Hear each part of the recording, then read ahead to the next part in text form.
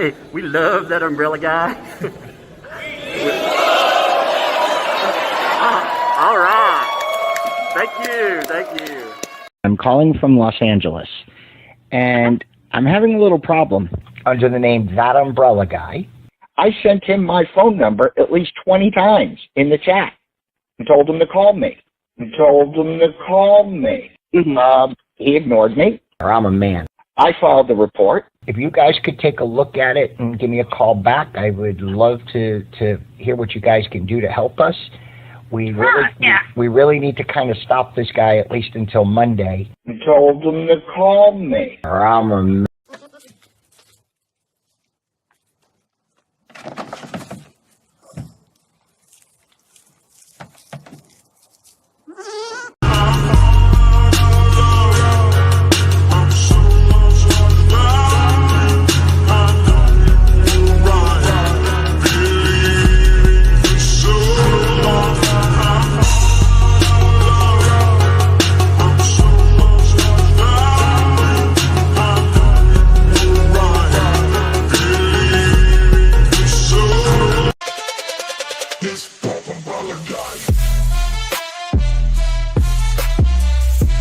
Rolling up, I'm feeling fly, yeah, I'm so damn fresh.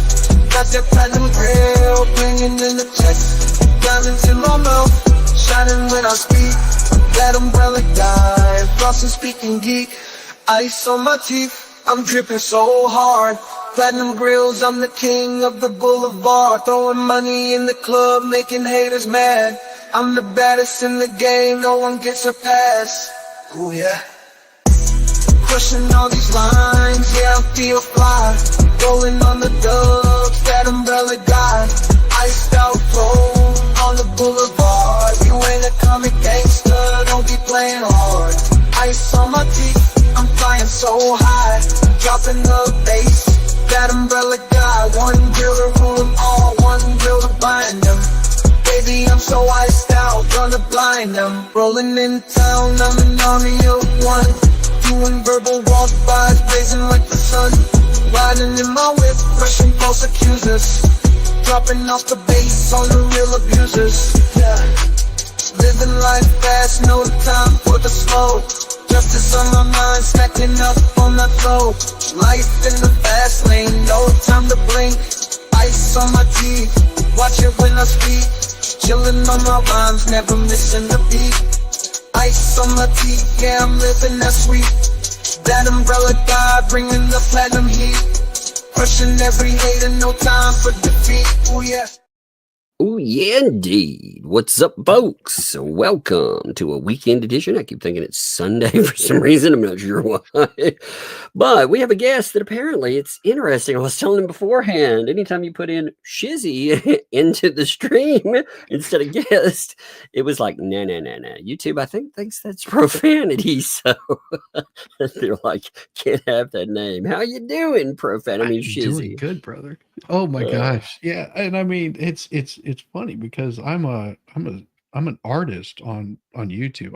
I actually have that little verification as being an artist. That's hilarious. They're like, well, artist formerly known as profanity. Awesome, man. That's pretty good.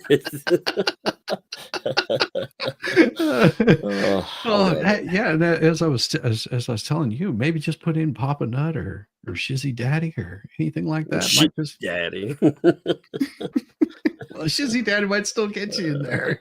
Oh my gosh. I love saying stuff like that. I'm like, oh, did Daddy Tug hurt your feels? You know, it's so bad. I love that kind of stuff, man. Oh God. Well, and it's because I think that they have realized that I am their daddy. Like they've been I'm unshakable, unbreakable. I am the one that just abuses them in the nicest way.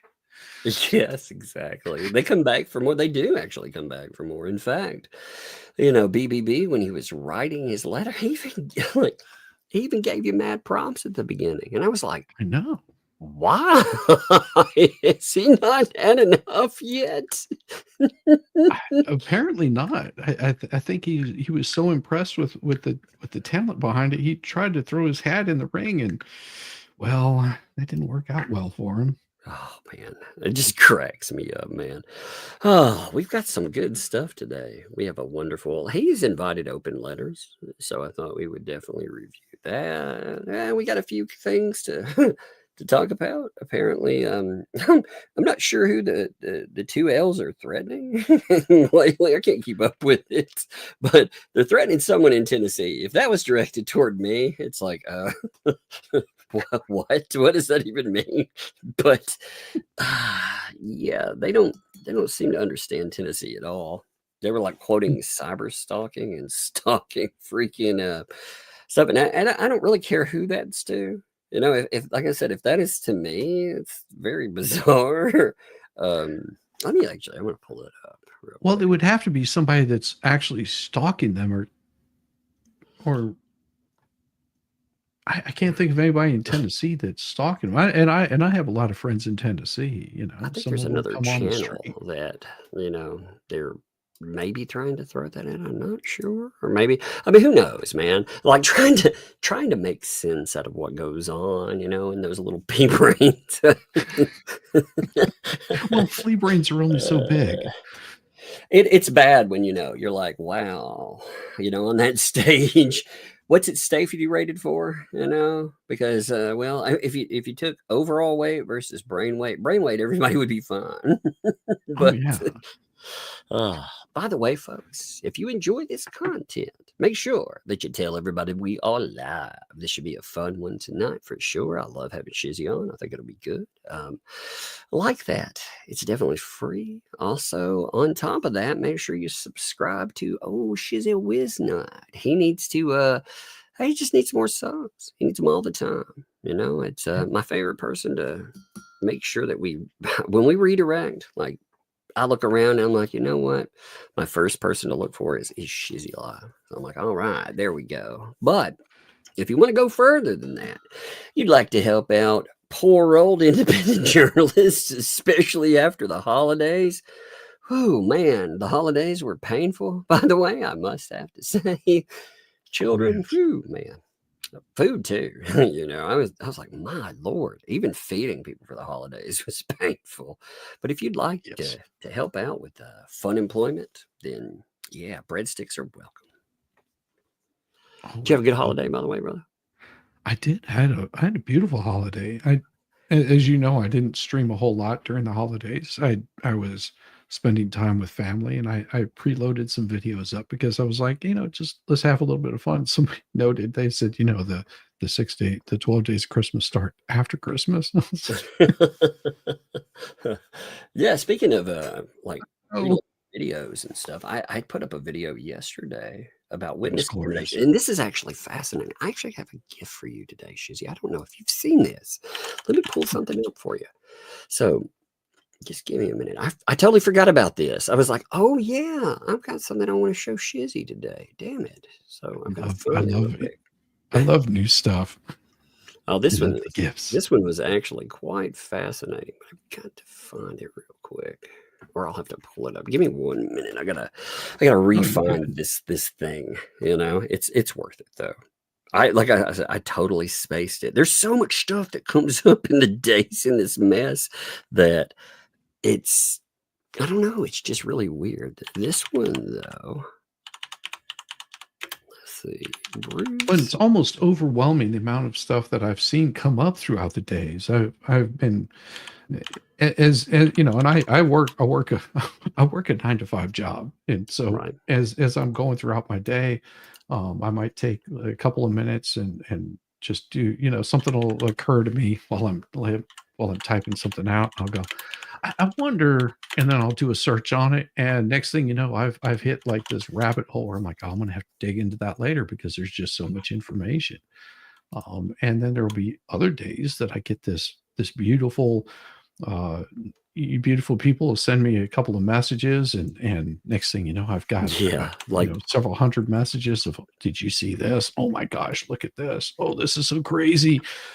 And next thing you know, I'm going, oh, I actually have to get back to work before I lose my job. Well, this one was, so somebody sent me something that I thought, well, this is actually quite fascinating. It ties into that video. I'm glad you mentioned short form videos, because I would have forgotten about this otherwise. So that actually worked out really well. So now BBB can correct this if I'm wrong here. I can be. It happens sometimes. But wait, I'm gonna have a kid rater before this starts. I love it. This thing back is empty. Okay, well, thank you for that back. And bubblegum sounds like something. Sounds like strawberry sometimes. Well, that's because it's probably strawberry flavored sometimes. Uh-huh. Okay, well, give me 5. It's always strawberry flavor. Oh, it is. Well, that makes sense, right? That's good. All right. Because it's pink. That makes total sense. All right. Hey, it's almost bedtime. You want to tone down? You going to watch your show for a little bit? Okay. All right. You being big girl today? You been cleaning? When I go to bed, Oh. Papa bring to my room. Okay. Hey, time for bedtime. And tuck me in. Okay. All right. Okay. Go have fun. Hey, close my door tight too. Okay. Okay. Love you. Really tight. Yes, ma'am. Love you. Okay. She's like, close it really tight. Close it really tight. Yeah, Oh, Megan's in yeah. the chat. She said, I feel like I just walked in on a cheating. Okay, so check this out. Now, I thought this was really fascinating because BBB, you've been covering this Shara stuff, right? You've been going through, and you've seen the allegations of witness harassment, witness tampering, and more, right? Well, apparently, back in the day, there was in 2005, there was an interesting article written about one Bruce Matskin. Now, again, if there's a couple of these guys out there, maybe not. But if this is, even if this for some reason there's another person that has the same name, he should own this one, because this one's actually positive. But I thought, wow, this is weird. So you actually have a judge ruling for a lawyer fired for following rules. Now let's look at this. This is very interesting, especially how it ties into the now. Quote, because the legal profession is self-regulated and relies upon its members to police itself, no lawyers employed shall be conditioned upon turning a blind eye to violations of the rules which are applicable to all lawyers. So, well, and there's something I should note here. I should note, and okay. This has a lot to do with lawyers, and I learned this from attorneys. If you read that very closely, where it says no lawyer's employment should be conditioned upon turning blind eye, it doesn't mean that they shall be conditioned upon turning a blind eye. Big difference in the wording. Apparently, in this case, firing. So this was a bad issue, apparently. So Associate Bruce Manskin from blah, blah, blah, blah, blah, blah, blah, was fired after seeking permission to report to bar authorities that a trial opponent had called witnesses he had subpoenaed and told them they didn't need to come to court. He felt that this was witness tampering. And he had a duty to report violations. Oh, I got a rater again. All right. Hey, actually, you've got to take that up that way. I'll see if Sissy will make, okay? Can you text the caller? Yeah, I will. I will. Yes, I will. I'm going. I will. Yeah. Okay, we'll take it up there. Becky. I will. I will. she's like, look at this. See, she's like, oh, I've got you now. I'm gonna love it. It's hilarious. Give me 1 second here. I'm trying to direct traffic. It's funny. That's one of the wonderful things about doing this live, live with kids. But what I found fascinating about this here is about alleged witness tampering, right? So Bruce understood at a time that messing with witnesses would be a bad thing. In fact, now of course he's alleging this about the opposition, okay, at the time. And apparently the firm, they argued, they said that ethic rules did not rise to the level of important public policy that would warrant making an exception. So they didn't want to go around. They didn't like what he had to do there. And they'd gotten rid of him. But a judge said, yeah, you know what?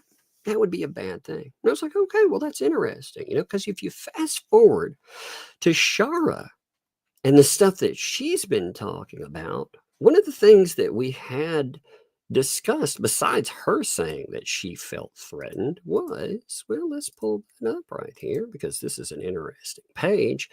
It's threatening witnesses, intimidating them. Yeah, threatening them with litigation. Wouldn't this be trying to make sure that, I don't know, they don't go and talk to the police? That's sort of how it feels to me. He was Wes in this story here was going and talking about what he alleged happened with John Cook. This stuff was being investigated by the police, and you have BBB insert himself and be like, oh, I'm going to sue you, essentially. And even Shara was like, yo, what's up with that? That's intimidating him, right? So isn't that fascinating how in the process of, a couple of decades, it's like the story gets twisted in the mind. Well, and his attitude changed towards things. So at what point did he lose his scruples? Was it because he got fired for this? For turning in another attorney? Or was it because he just decided because they got away with it that why not?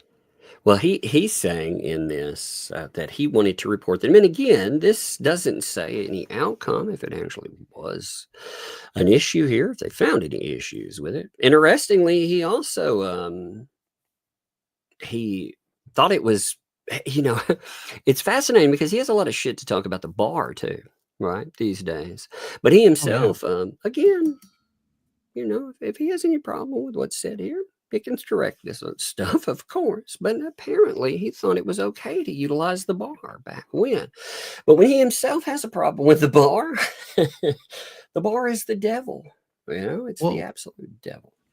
Well, and when I looked at that, when I initially started doing a little bit of research on what he was alleging that he got sanctioned for, was that they were in the wrong and that everything that he did was appropriate.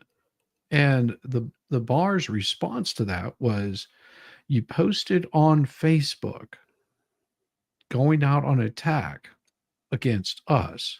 And doesn't it sound very familiar? The way that he was, the reason, the biggest part of him getting sanctioned was him going out onto social media and talking trash about the bar. That was one of the things that they sanctioned him for.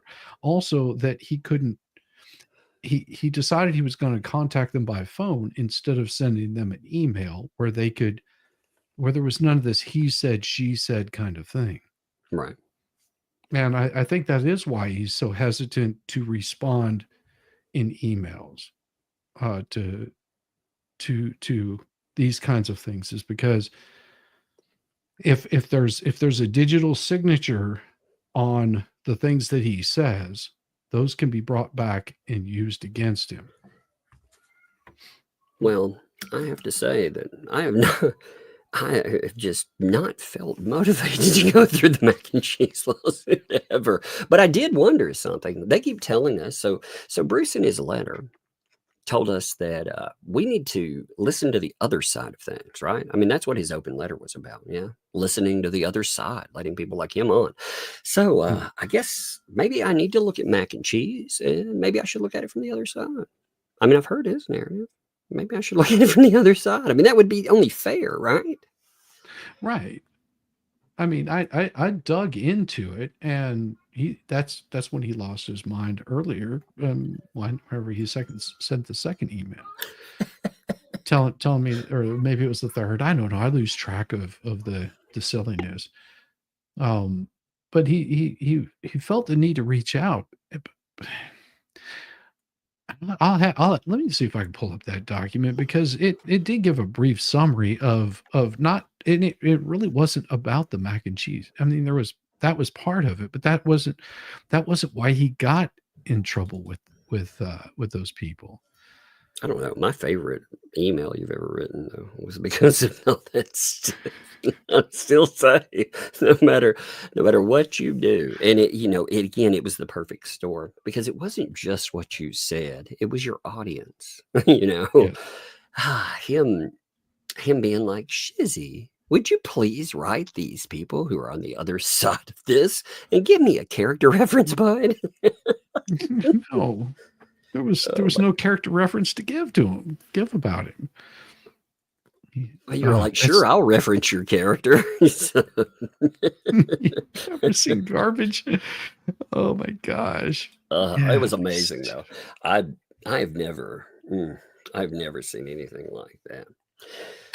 There's one other. I have. Oh, you got it. I do have this. Let me put this into a different format. Open that up right here, because this was a legal. It took me a little while to dig through it and sort of figure out how to word this, because it is somewhat a bit of a legal response and a breakdown of what they had to say.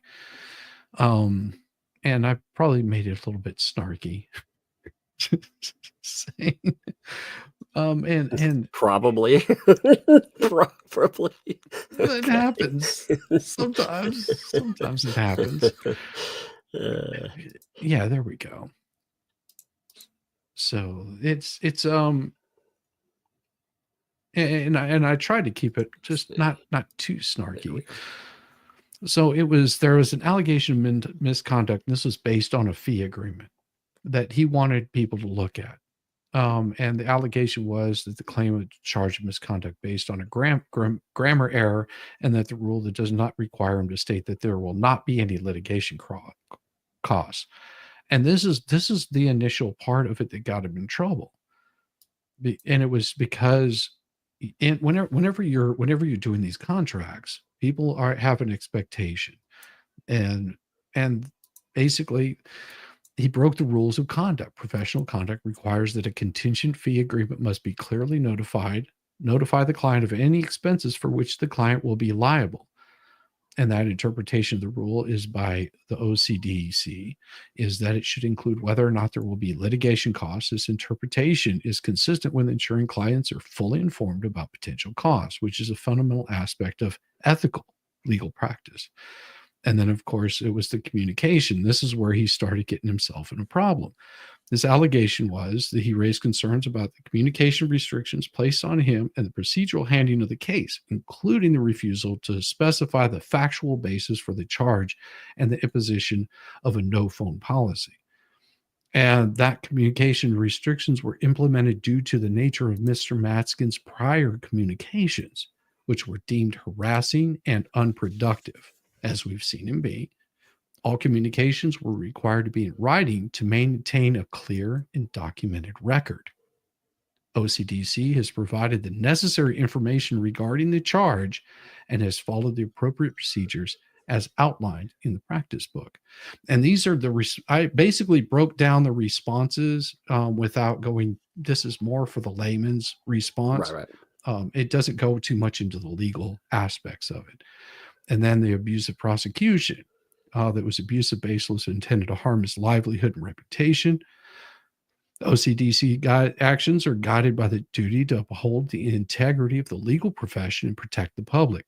The charges against Mr. Matskin are based on a thorough review of the evidence and applicable rules. The OCDC is committed to ensuring a fair and just process, and any actions taken are within the scope of their authority and responsibilities. And then it comes into his cited specific emails and social media posts as evidence of the alleged misconduct by OCD. And that response was pretty simple. The cited communications from Mr. Matskin demonstrate a pattern of behavior that the OCDC found to be inappropriate and unprofessional, no different than what he's doing currently. OCDC's response and actions were in direct response to these communications, were aimed at maintaining the decorum and the integrity of the disciplinary process. You would think a guy that's had problems with emails and social media posts might, I don't know, have other game plans that go forward. I mean, that's the way that would look at, if I had these kind of issues and it was going to hit me in my, or potentially hit me. Well, it didn't even hit him that hard. I mean, I listened to Larry, talking about what they wanted him to do. And it was a whole lot of nothing. It's just a little, oh, don't do that again, essentially. And yeah, he didn't like that at all. He didn't like that at all. But you would think somebody would take a lesson from that. And it seems the lesson went the opposite direction.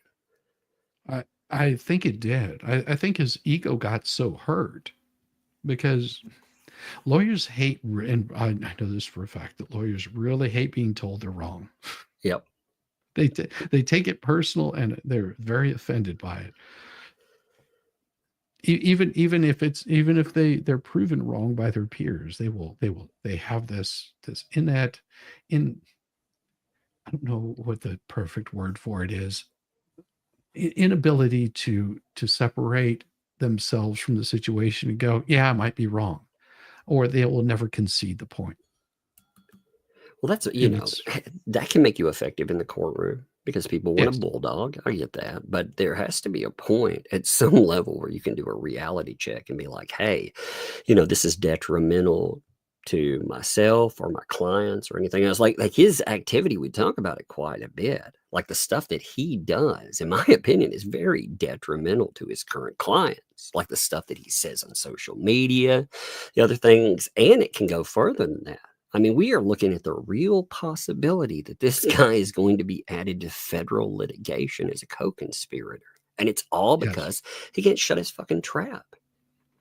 That has been and that should be concerning not only for him, but also for his client.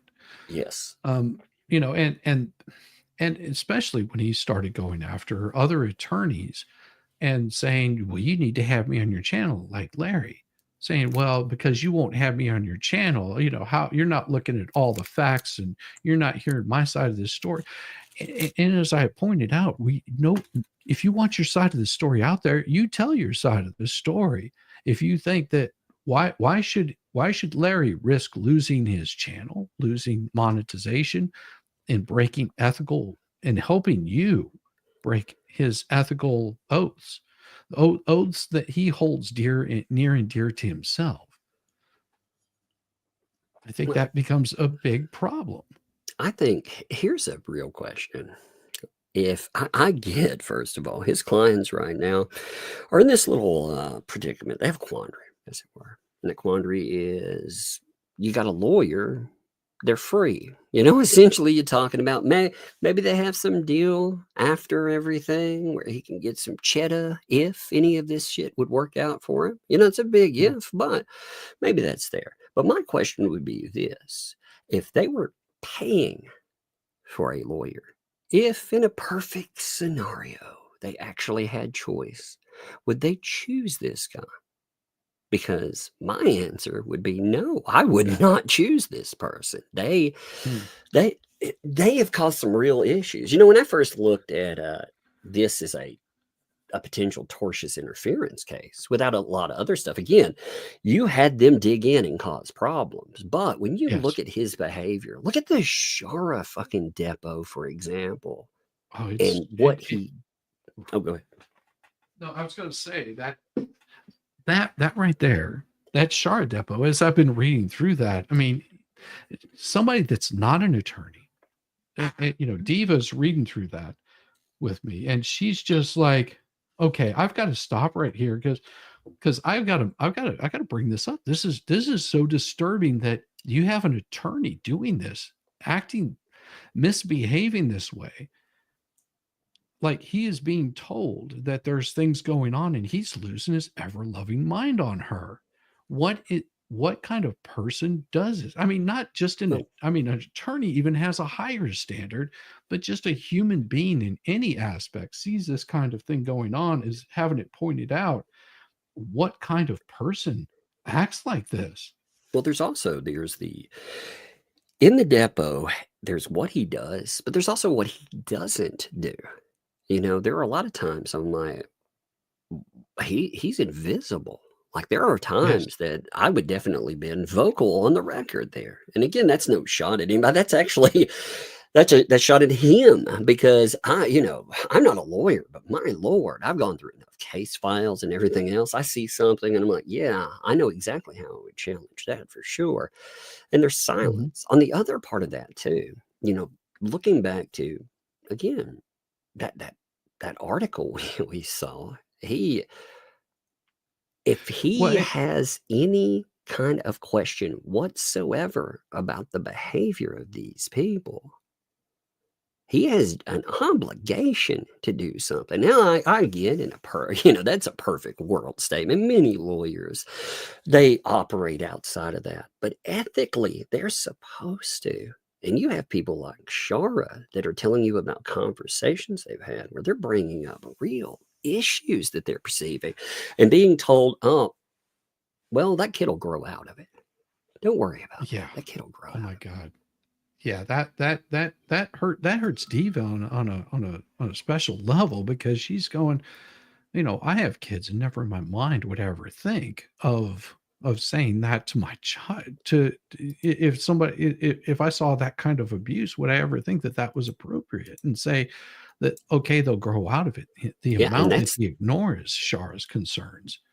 And that's the direct quote, by the way. I'm going to read that here because I don't want people thinking that I'm just stating that, you have it, it's this part right here. So Shara answers, and then I want to she was like, yes, I was getting mixed messages that were telling me something was wrong. I told Mr. Manskin something was wrong in this case. I told him in the beginning I had very big concerns in this case. And then she was asked, and he ignored your concerns about that. Is that right? She said, yeah. He told me put it aside, basically. I told him about my concerns about the child, and he told me, don't worry about the kid. She'll grow up. She'll be fine. Put that aside. Well, with a couple of curse words in there. He yelled at me, and he yelled at me a lot and told me I was acting like a 10-year-old. Yeah. Yeah. So it sounds to me like he said that, blankety blank child will blankety blank grow up, and you can almost hear the spite and the anger whenever somebody's challenged, because I don't think he believes that it's his responsibility to be worried about this child, because it can be detrimental to his client if I mean, I don't know how this works as far as an attorney goes, but I would think that if you're seeing some sort of abuse in the home and you're aware of it, wouldn't you be required? Isn't the child his attorney, or isn't he rather the child's attorney too? That's what he keeps telling us. So, from what I understand, he's just her and John Cooks, but she's made it very clear that he's only representing her. So I'm very confused of what his level of representation is. And I think maybe he's confused of what his level of representation is. He keeps saying he's going to file on behalf of X, Y, and Z. That's the way I took his statements. So, if he's not. By the way, PSA on that, do not contact any party involved in this about children. Otherwise, first of all, it will not help anything. And second of all, it does not help anyone involved in the case either. So make sure, again, we're not encouraging that in any way, shape, or form. Nope, I'm with you on that. Yeah. Well, I make sure to say that again. It's something, and you have to, because there are folks out there that will try to do that, and I always recommend do not. There are also people that will do that. Here's the nasty, and I'll tell you how nasty people are. There are people out there that would do that and claim that there's someone else, get it on file. Because, I mean, what's the proof of who contact? Really, what's the proof there? Because with the CPS report, that stuff is confidential. So if they're getting a name with it, I mean, what else are they getting with it? Honestly. So with that, they can be like, haha, look. So right off the bat, I'm like, no, nobody in my eyes is doing that.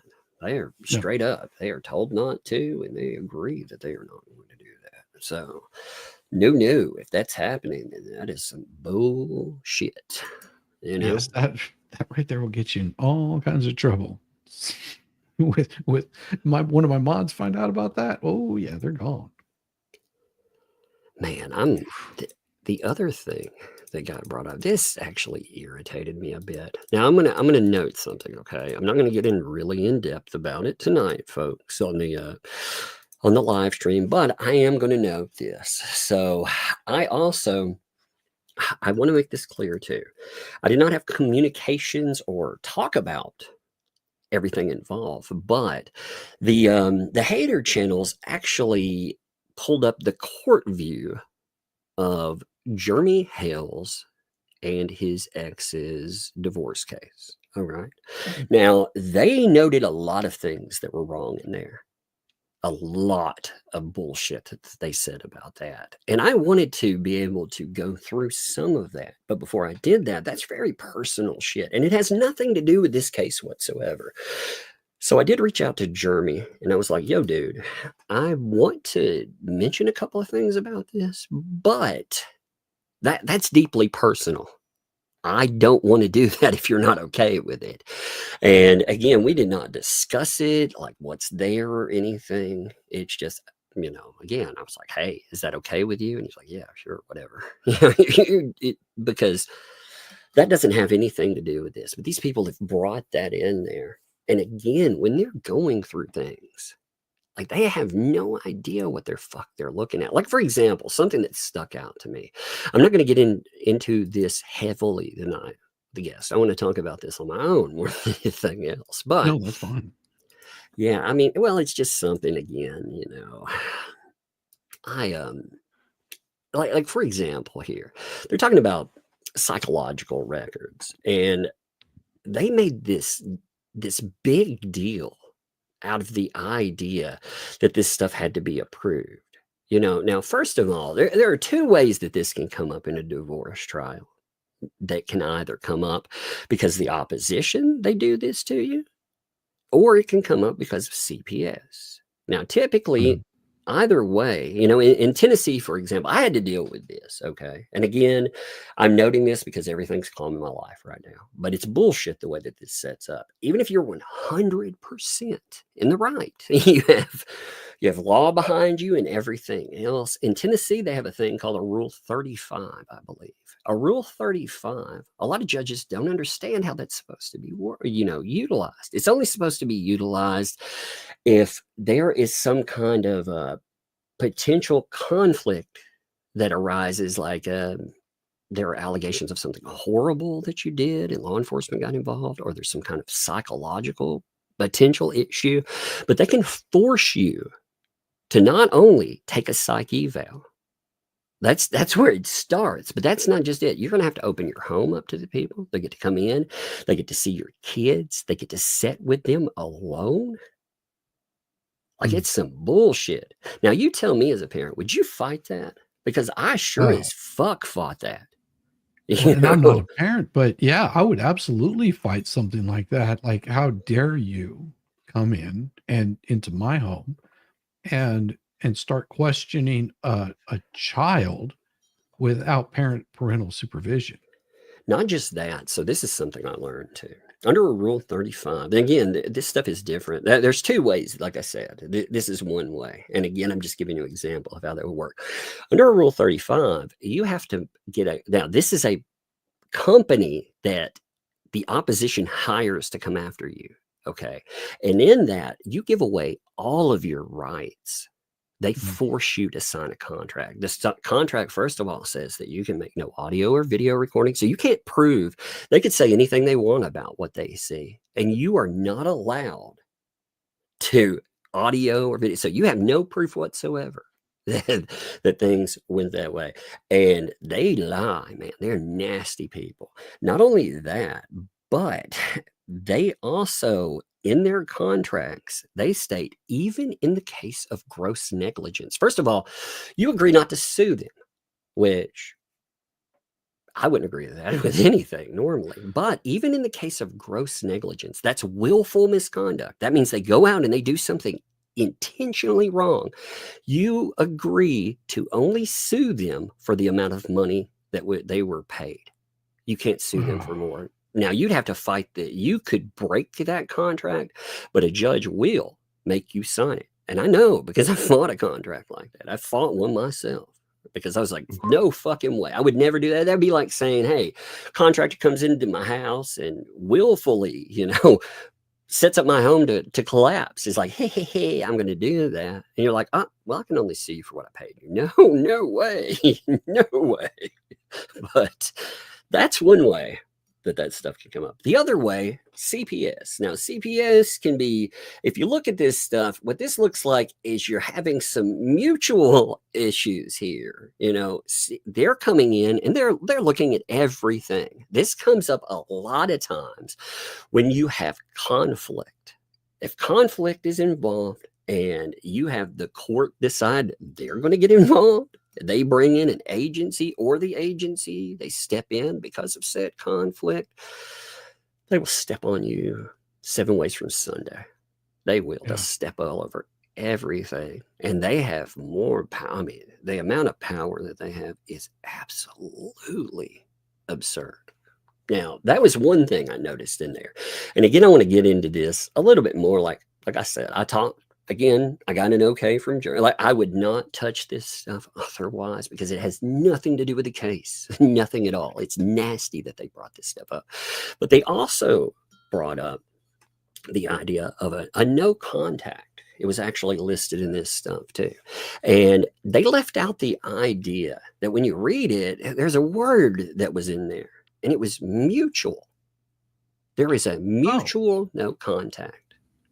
Yeah, that changes things quite a bit. If there's a mutual no contact, I mean, my younger sister had something similar to that. That was a mutual, because they didn't have any kids, so there's just a mutual that they won't talk to each other, they won't communicate with each other, and it's sort of like that judge stepping in and saying, "Yeah, you guys didn't work out. Don't." Well, they get protective orders pretty much. For whatever. I mean, it's there. Like a judge will definitely, they'll attach it to a divorce decree. The first person sometimes to file it is the person that has it. So even if you had a one-sided protective order, that doesn't mean that something, there may be allegations, but again, divorce can be very nasty. And guilty parties, especially with kids, a guilty party is not going to admit wrongdoing normally, because if they admit wrongdoing, so a protective order out there, somebody could come in, and what I mean by wrongdoing is not that you did wrong, but they could be lying. They could come out and just straight up lie about you, and a judge would be like, okay, well, I've heard enough. There's no reason for these people to ever have contact again. In fact, they're separating, their lives are separated. No reason to have it whatsoever. And that happens. But with a mutual, like that is another level. Yes. Yeah. And they covered one other thing in here too. They kept saying that I don't know if they just willfully misread, maybe that's the point, or maybe they just don't understand. Maybe it's a little bit of both. I think a lot of it is both, to be honest. But there's a portion of this where it talks about the child getting to a certain age where you no longer have to pay child support. Now, when they read this, they were reading it like there was some kind of the emancipation order. When they were talking about the emancipation order, if you read this stuff above it, it's discussions of child support. Okay. You can actually see it right here. This is where this is. So let me pull this up on the screen too. And again, I'll look over more of this with you just to see, but you can see, look, you can follow what's happening with this stuff. It just goes through here. So you notice again, child support, termination dates, how this is going on, actually the emancipation, and it's all tied together. You have one thing going on. They only have headlines that they're reading with most of these documents anyway. They don't have any idea what this stuff is. They've, like I said, either they're willfully mistelling. Go ahead. Sorry.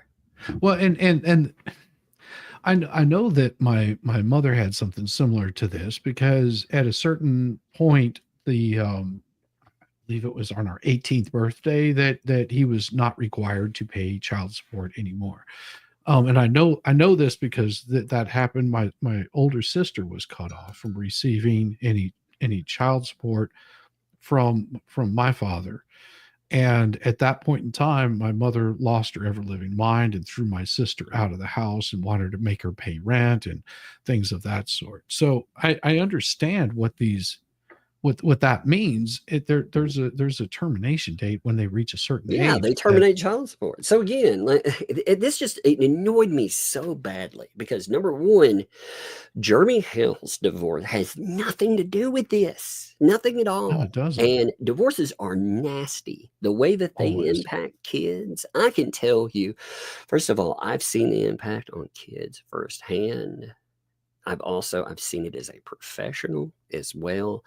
And the Yeah. idea of parental alienation is that is an overused term these days, but it can be very real. I mean, you think about it. If you're around somebody all the time and they tell you this person right here is the devil, well, Mhm. what's a child going to believe? That person is the devil. And they're going to believe all kinds of horrible shit about it. But it's deeply personal.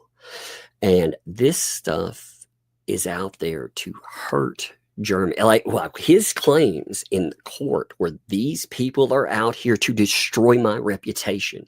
They want to Yes. destroy my life. And personally, I think they've gone after him in a psychological aspect. I think that they're aiming at him and they're trying to do damage, not just again at his job. I think they're trying to hurt him upstairs, weaken him to the point that he might do something drastic. I think there would be people that would just celebrate that shit over there. I very well think that. And that goes with what's alleged in the case. I think that they prove it all the time. It disgusts me to see it.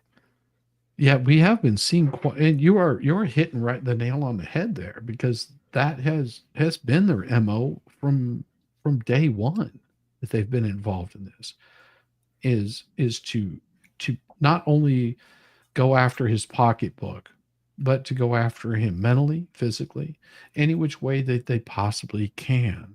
And I understand where Jeremy's coming from on this, is of saying, you, you, he doesn't even know where the next hit is coming from. He's walking into this because they're telling him you can't defend yourself, and so he's having to dodge these punches. And one thing for sure, it's making him a stronger man. Oh, he's very straight. He actually, one thing that I can say I admire with this is his ability to keep the mask on when he talks about stuff with live streaming. I try to keep the mask on, and every now and then, like when I was talking about deeply personal things in a live stream, it came off for a minute. It also did when I was talking about Jeff. It emotion came through, and Yeah. you don't see my face. At least, like, all I have to do is bite it down verbally. Like him, Mhm. he keeps this entertaining face on, but you see it come through, and Yes. it's horrible because he has a weak spot in his life with his child. It's something that hurts. I can only Yeah. as a parent, I cannot imagine being put in the situation that he was put in, where they paraded his kid out there. His kid is vulnerable, and Yeah. they utilized him as a bludgeon. And Well, now and, they're and Jeremy had something to say in the chat. He said emancipation is when a child of age and emancipated from the state child support. These people are so there it is. stupid It's and what they're I'm saying. criminal That's themselves. exactly what I'm saying. The emancipation has to deal with of age, no more child support. It's right Yes. there in the documentation. You can follow it straight through. Like people, if you're going to read a document, that they pick and choose over what they wanted to look at there. They Yes. had all of Eh, this right in front of them because it goes in yeah. order, and Yes. you can tell what it's about because it's talking about child support. It's actually Yeah. discussing it through here. And then it comes to emancipation orders. So, Copies I mean, distributed as it's ordered. very clear. Jeez, they're so. Well, and I've seen them do this on multiple occasions where they miss. I I and I think it's intentional because I very much think it's intentional. I don't think it's that they're that brain dead. I think it's intentional because they're. I don't know if it's that they're trying to make themselves look bigger than they are, which would be pretty hard to do because they're. Never mind. I shouldn't say that. That's so mean of me. That didn't even register on me until that took a moment to like sink in there. And I was like, wait a minute. Sorry, it took a second. I shouldn't be so mean. No, I don't know what the intention is, other than it has been to go after Jeremy and I don't understand what the beef is. That's the problem. And as much as they say, "Oh, we're just calling out his lies," but it's the thing. You're not calling out any lies. You're misreading. You're misinterpreting what things say and trying to throw shade on somebody. It's very confusing to me, especially if you. I mean, are they going for people that have the IQ of 10? I hope not. Yes. I mean, because I would think that people in chat tend to be a little bit smarter than that, and because of the kind of questions that I get that I can't even answer because I'm just like, I don't know, I'm not an attorney. I mean, you can follow again, like the psychological evaluation which we were discussing, and how that comes upon. Well, if you go through here and you look at different things, you see things like guardian ad litem added. So you can see how this stuff is coming together. And this whole idea, again, they wanted to make a deal out of saying he could oppose that. Fuck yes, you oppose it. I mean, nobody, first of all, in my own free time, I am not somebody that really likes to go and have to sit down and have some psychological test. Not talk to a therapist, there'd be a difference, but to have somebody go probative in your life and in your mind. And I'm pretty sure guardian ad litem is basically an advocate for the child because the attorney is going to have one.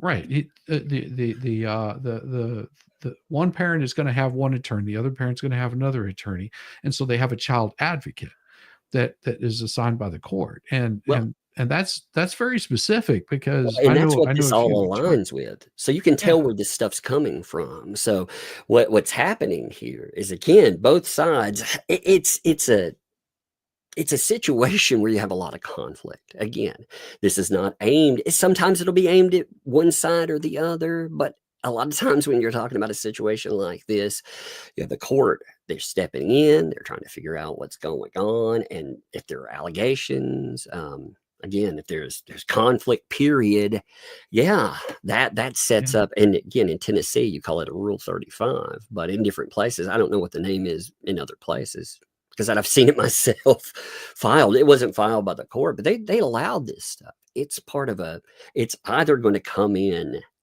from the lawyers bringing it after you, or it's going to come in through CPS. And typically it's going at both sides. And that's not something, it's not just a psychological evaluation you're looking at typically.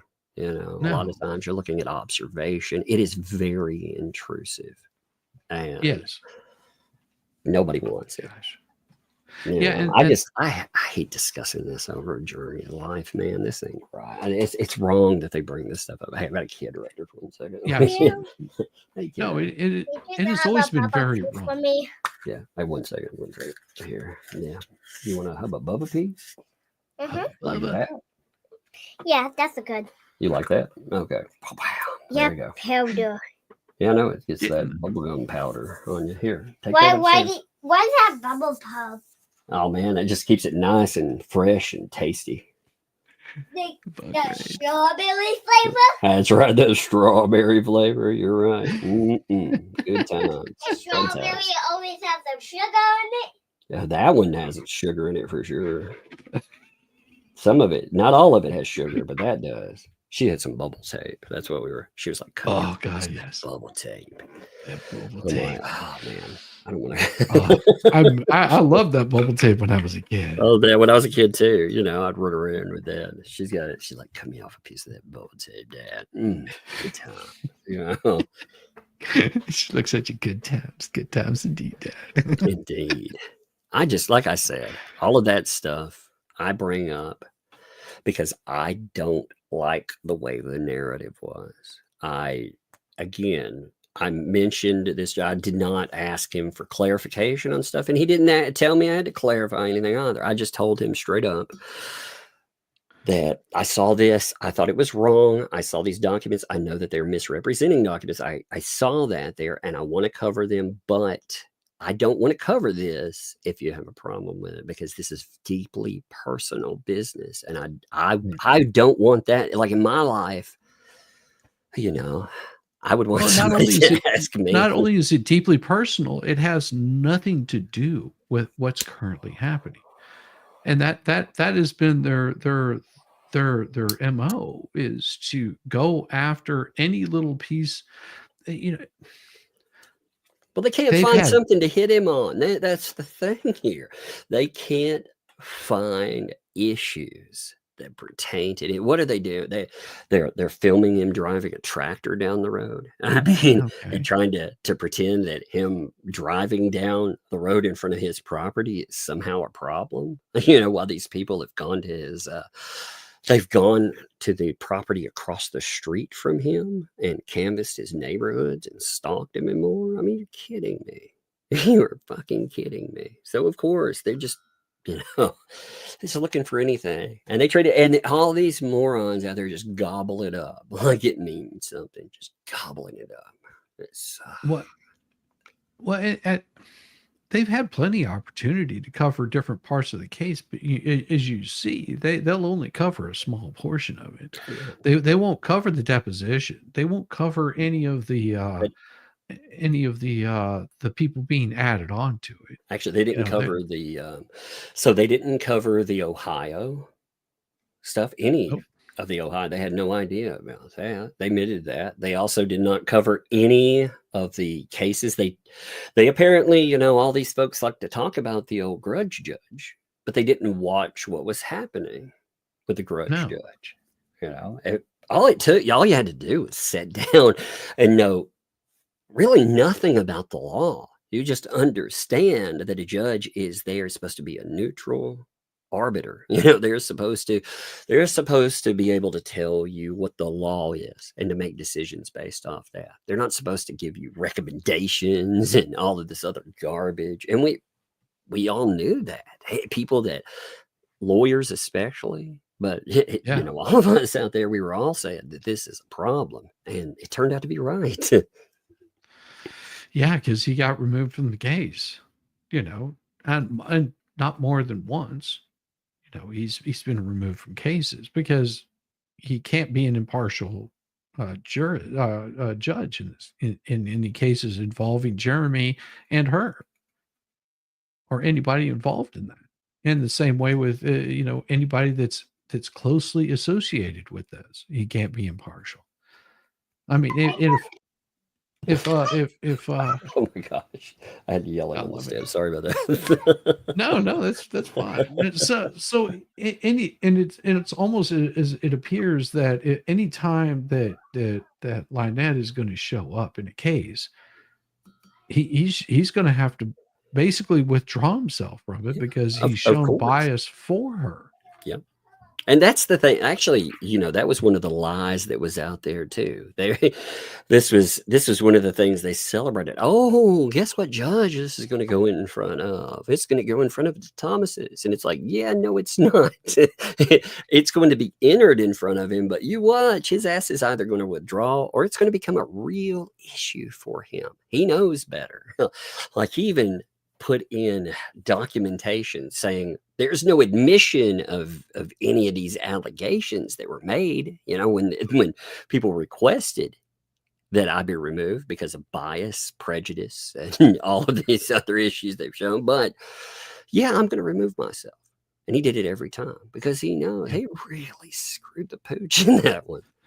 Yeah, he did, and he realized that. I mean, there's a judge I know of in here in Georgia that anytime that this person is going to be in front of him, all he does is he puts in a request that she remove herself from the case, and she doesn't even question it.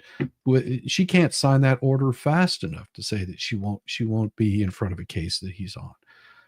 And then come to find out, she was actually overseeing one of his bar complaints.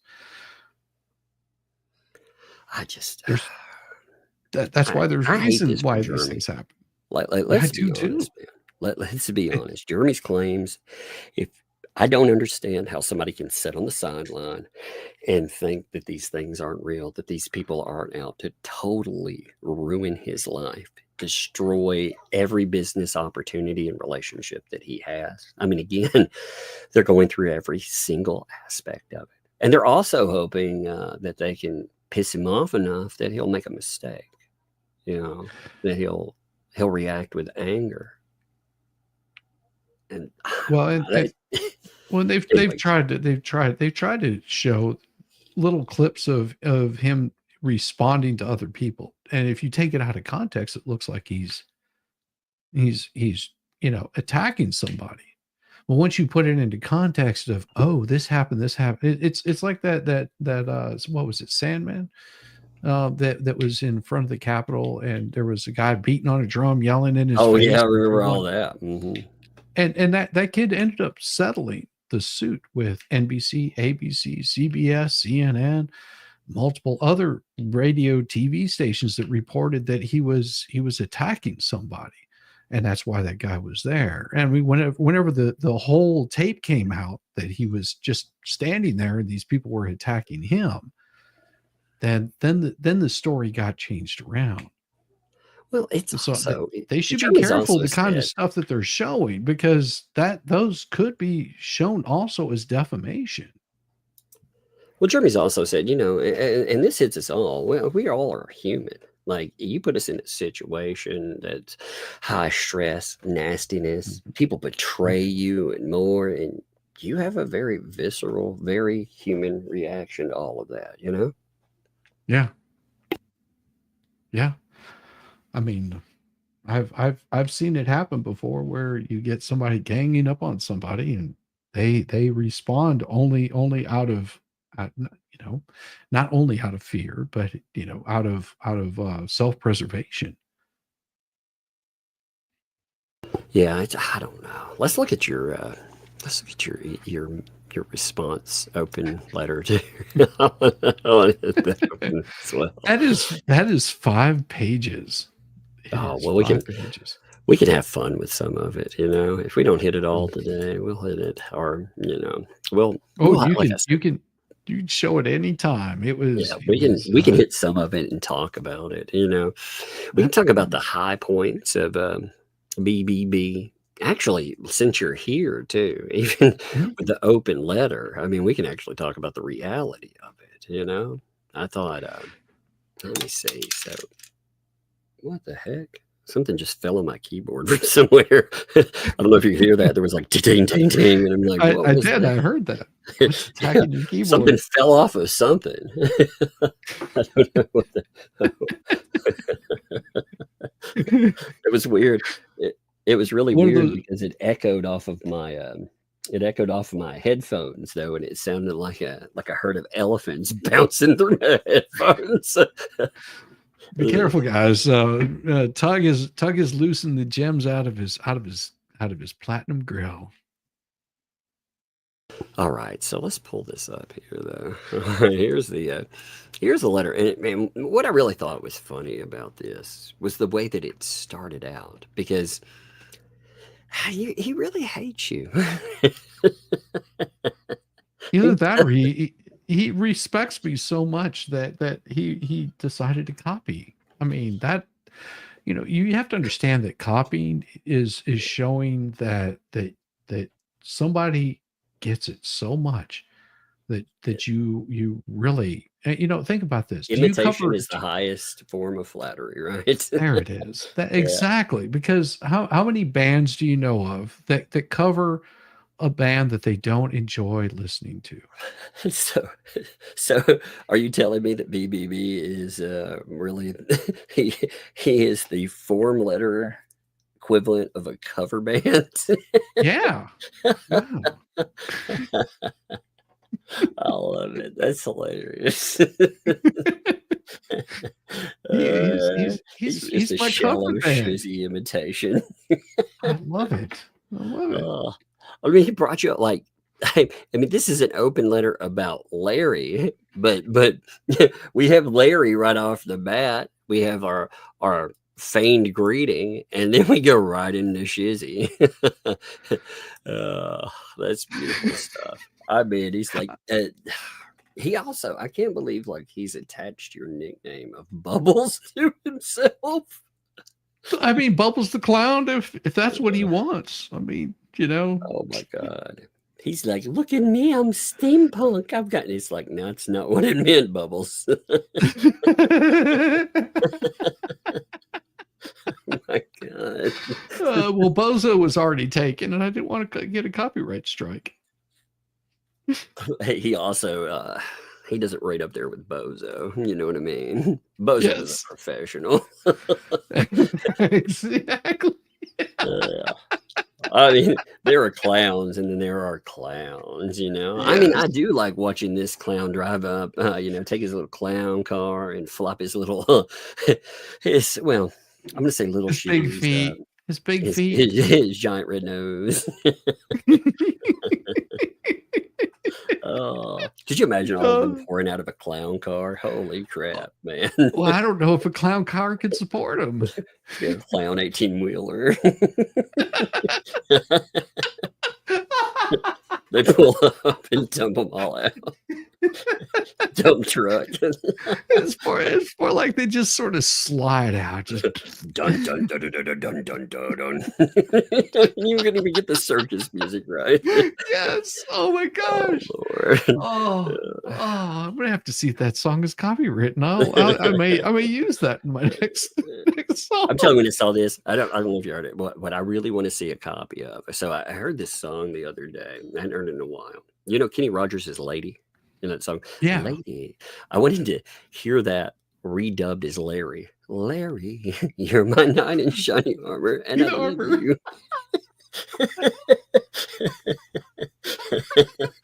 I was like, that would be great. Oh God. Oh, and you have to have oh God, Neil Diamond's voice for it too. If you could combine the Kenny Rogers sound with clown music, you know, that big top sound, if you could get that seriousness with a little bit of the like mix it in. God, that would be awesome. Yeah, I think that would be kind of epic. My sides hurt. This letter hurt my brain though, you know. It's such a it's so dumb. Like there's so much of it. And I don't know, there were certain parts too in this that did kind of irritate me after I thought about it. Like, for example, he was like, no other lawyers are covered. I'm like, Jeff covered this for the longest time, you know. Yeah. He definitely was covering. He was definitely a lawyer. So yeah, that and you know what? It's bad when I sit down and I think the lawyer for the other side of this keeps telling us things like, this is going to be dismissed, you know, and we're over here being like, yeah, this is going to go forward. It's not going to stop right here. These are just, you know, basic motions. And then after it's not dismissed, he's like, actually, my plan was to slow it down for 5 months. And Megan brought up the fact that we wouldn't have gotten Shara in or any of this other stuff if BBB would have stuck to the original timeline. We would be well beyond all of the additions that are potentially coming in. We would have been well beyond being able to potentially work in, say, a Shar. I mean, that would have had some true impacts that would have been beneficial for him. But he's just too stupid. Oh my God. Well, and I will say that there's a reason why the you know, not that a lot of people started dropping out of this? It was because of the way he's behaving is so unethical that these other attorneys and look what happened whenever Larry was actually covering it. He got involved in a lawsuit from BBB. I mean, why in the hell would, if somebody sees that they're going after Larry, why would they continue covering it? They're just like, I want to know what's up with Stark, by the way. I actually want to understand what's up with him because, yeah, it makes no sense to me. Well, apparently he's very difficult to reach. You know, like when people reach out and try to get a hold of him, there have been a few people. I've mentioned this before, but you know, you've had, like, for example, DJ Radis. I thought that was a very interesting statement when DJ Radis put out. Let me pull it up. I won't read through this whole thing. I just want to put it up here to make my point. You know, he put up a statement, and then again, this is when he was talking about getting served. He was like, "Hey, you know, essentially, I've called." He's like, hey, right here, he said, "That said, it's been brought to my attention that you're finding it difficult to serve me. I admit my address has been a moving target since I relocated to Florida, but 2 phone calls on my part could have smoothed things over, yet both were ignored. Is this strategic delay? Or does Bruce the Deuce's grip leave you unable to answer the phone? I've heard his methods are invasive, though." So, though I had hoped they wouldn't extend to attorney of record. But he was like, you know, "I've called twice." And then he asks, you know, do I need to hit up the courthouse? He says right here, "I can always contact the courthouse directly to expedite the process and perhaps introduce myself to the judge, who might find the case equally amusing." So he's like, do I have to go so what do you think's up with Stark here?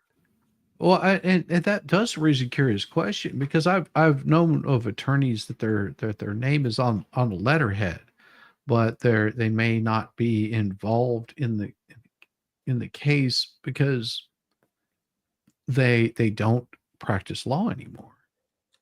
Like they have a license, but they don't practice law. I mean, I would say that maybe Shockett, you know, as an attorney, should reach out to Stark and make sure that he's okay.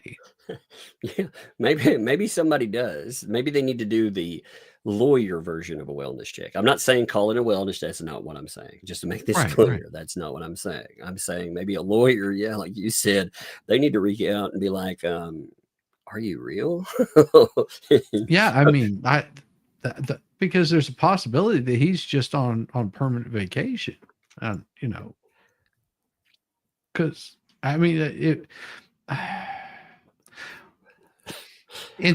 I'm trying to find a way of saying this without getting any trouble legally. We've had, in the line of work that I do, we've had people contact us from foreign countries and try to get title in a piece of property and redeem a piece of property. And they go about it in a really shady way. And more than once, people have been gotten by them and ended up giving funds to an unknown entity, and you can't get those back. But everything seems to be on the up and up. I've never heard anything from Stark. His pleadings, we know that Bubbles is the one actually. Yeah, he's writing them all. Yeah. Right. He's a name on a piece of paper. That's essentially what we had. You know, hey, Stark, like, why don't you post something or something? Just, again, you know, it's all of his social media stuff. It just stops, you know, it stops years ago. And the only things that you have that are commentary to prove that he was there are complaints. You know, this guy sucks so badly that. Well, isn't that how they usually find their people? It's like they go find the people that suck so bad that nobody knows about them. I was just amazed. I'm thinking of that. What was it, that CNN handwriting expert they had, that once you start digging into it, you're like, oh my God, what? Like he I love he that guy. he solved the Jean Benet Ramsey case, and then whenever it came out, the guy was nowhere near there. Could never have been near there, but his handwriting matched. I mean, it was like thing after thing after thing. I was just like, did they not research the guy? Because it took me. I mean, when I say it took me 15 minutes, I'm talking about. I went to get a drink. I cut a cigar. I made sure it was good to go. You know, I did all of that stuff because I was going to do some in-depth research. I figured it'd take a little while to figure out who this person was. No, not at all. No, I found it out in 5 minutes during a live stream. So I'd never heard the guy's name, and all of a sudden somebody's in there like, "Did you hear about so and so?" and blah blah blah blah blah. And it was just like, "What are you talking about?" I was doing a morning stream. I'm talking about a presidential election stuff, and they're just like throwing this in there. I'm like, okay, let me stop everything right here. And I literally pulled it up right there on stream, and I had every bit of information I needed to know about the guy. I was like, don't tell me they didn't even research this guy.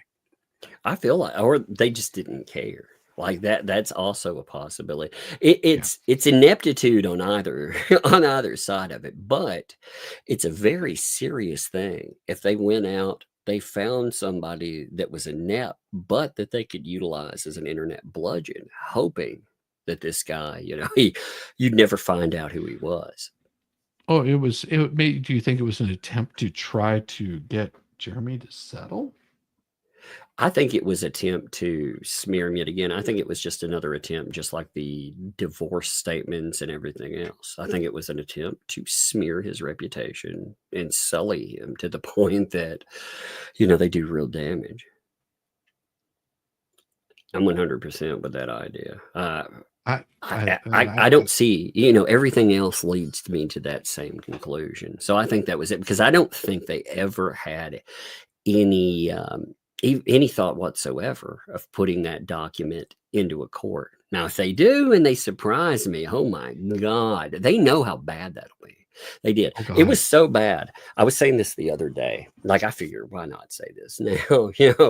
I waited for a while before I talked about that person, because I hope to God that they would put that into a document. I was like, oh my God, maybe they are going to file this. And if they do, if you go back and you look at when that happened, there was a downside to that, because they used it as an internet bludgeon and it sat there for a couple of weeks. So they got to do damage with it, which strengthens Jeremy's case. Honestly, he can bring that up as well. They could actually work that in too, but we didn't counter that right away. Like all of us that knew this and knew how ridiculous, because I'd hoped, that would have been like dropping, it would have been like loading up to drop the A-bomb and accidentally dropping it in the parking lot or something. Whoops. Well, no, I just, whenever you said something that triggered a thought in my mind of maybe their intention is not to have somebody that's good. And that was intentional, because I think their thought is behind this, and I could be completely wrong, but I think that their thought behind this is, if we can bring somebody in that is so horrible that they actually call them up to testify as to this kind of stuff, we didn't call them, they called them. Because if we defame him using this guy right here, then he gets called in to testify, and then we can bring in all of this information. Oh my God, they are so stupid. Well, there also could have been the issue of if they brought this instead of this guy, if they brought somebody in that was really talented, maybe they'd figure out that, the allegations about who wrote the sign, being MP, maybe they would prove it. They'd be like, whoa, wait a minute. Because, again, you can find people that will testify to anything. There are experts out there. When you're buying experts, you can find people with integrity. Yes, of course. But you can also find the other side. You can, hire voices for sale. And that's what this felt like to me. I mean, this is a guy that was a party trick. We heard him telling somebody in an interview on the news, I can tell that you had trauma when you were 12 years old by the way that your writing sample is. It's like, wait, what? What does that mean? Yeah. Well, and that brings an interesting question, because I remember back, it was Crumbly, and it was a case where this guy had deleted an attorney that was an immigration attorney that approached him. He rode by him on a bicycle and reached through the window and then punched him in the face, and he went on the run. And Crumbly was brought in this witness that was a security guard somewhere as to some expert testimony, and he was so destroyed that it was like, oh my God. I mean, that he's working for the prosecution. I mean, it ended up working out for the prosecution. He was that horrible. I was like, oh my God, is that what they're doing? Are they trying is he to actually destroy working for this? the other side? I'm beginning to wonder. I've seen that a few times, but man, I mean, this guy was so bad. I did like this part here in that letter. By the way, just to note this before I hit this, on the open letter part, like the response, like Shizzy said, Shizzy wrote a very, very funny, lengthy. It's a very lengthy response. You can see it here. He's like, it's 5 pages. So I thought what we could do is talk about just some of your, I mean, you're here. We don't have to read a letter, actually. We can. But this, I am definitely reading this sucker. I'll probably sit down. I may do that tomorrow. I may actually read through it tomorrow too. It's lengthy. It's very lengthy, and once you start reading it, you're going to see some of the things that I point out in there are I try to hit them tongue in cheek. But I also want to make sure that people understand that this is, the allegations that he's going after with Larry, the things that he's saying to Larry are so far-fetched if you have all of the backstory, right? That it makes it very clear that he is, it's almost like he's delusional, like he's ignored all the facts that have been presented to him. Wonder sometimes, Bruce, do you really believe these narratives you put out? Because if you do, that's frightening, man. It really is. Some of the ranting that we saw, like you take the Trespass 5 first filing, for example, the ravings in that. I mean, I showed that to a few lawyers, and they were like, "What in the hell?" Yes. Oh yes, I've showed some of these things to lawyers, and they're just like, "What in, like, can I get a copy of this?" Yeah, this is. I wonder sometimes if it's going to be like laughed at with other lawyers in the office or something. I'm not really sure. Oh, they do laugh. I mean, they look at it and they go, "Really? No, this guy's serious, right?" This was a joke. They're looking at it going, "Hey, Shizzy, did you write this or something? Because this got to be a joke, right?" Yeah, that's what one person asked me. They were like, "Is this Chat GPT? Did you tell them to like write out an AI script that's funny?" Somebody actually did ask me that. Is this a joke? Did you tell them to write like a love filing for you?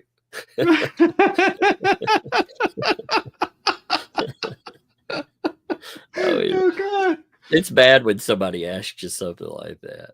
I did like this. There are parts though where the mask falls off, as it were, when he's writing. He has these moments, and I thought there were 3 statements in here. These 2 and the very end, where he's like talking about the settle the thumbnail case. He said, "I believe you can neither settle the thumbnail case nor cover the story as a serious legal analysis, because without being seen as a turncoat by other YouTubers we know of and the big guy himself." Jeremy needs to start calling himself the big guy himself, by the way. Yeah. Well, and that's what it is. He feels very small and inadequate. It's okay, Bubbles. If you feel small and inadequate, you just need to invite it and know that in prison they do have lubrication. Well, you also, have you seen that procedure like some men have to lengthen their legs if they Oh yeah. yeah, do they have something like that for your ego? Yeah. Oh. I mean, Well, it usually comes in large packages and double sized.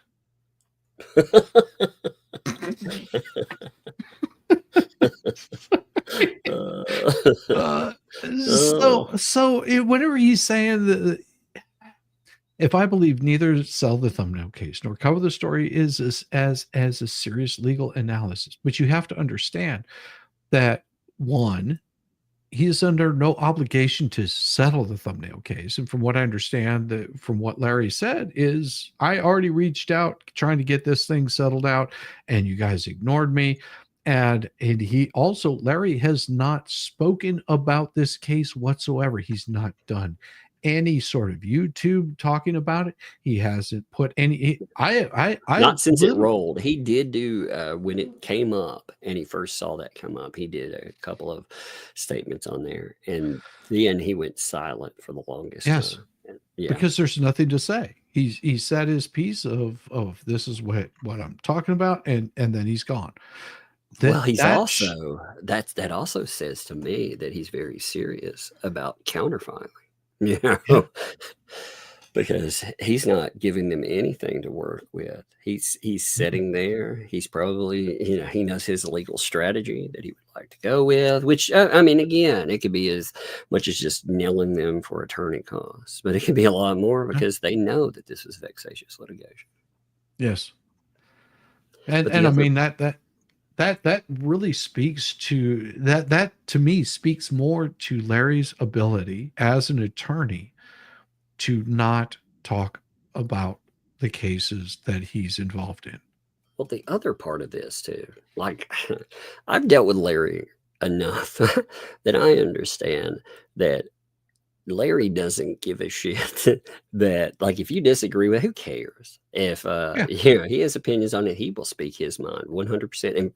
And good. I'm glad he's like that. This idea that, oh no, you won't do it because you would be seen as a turncoat. Do you think you would care if that actually could be an idea? Which again, that's a preposterous idea. But if it were a reality, do you think you would care?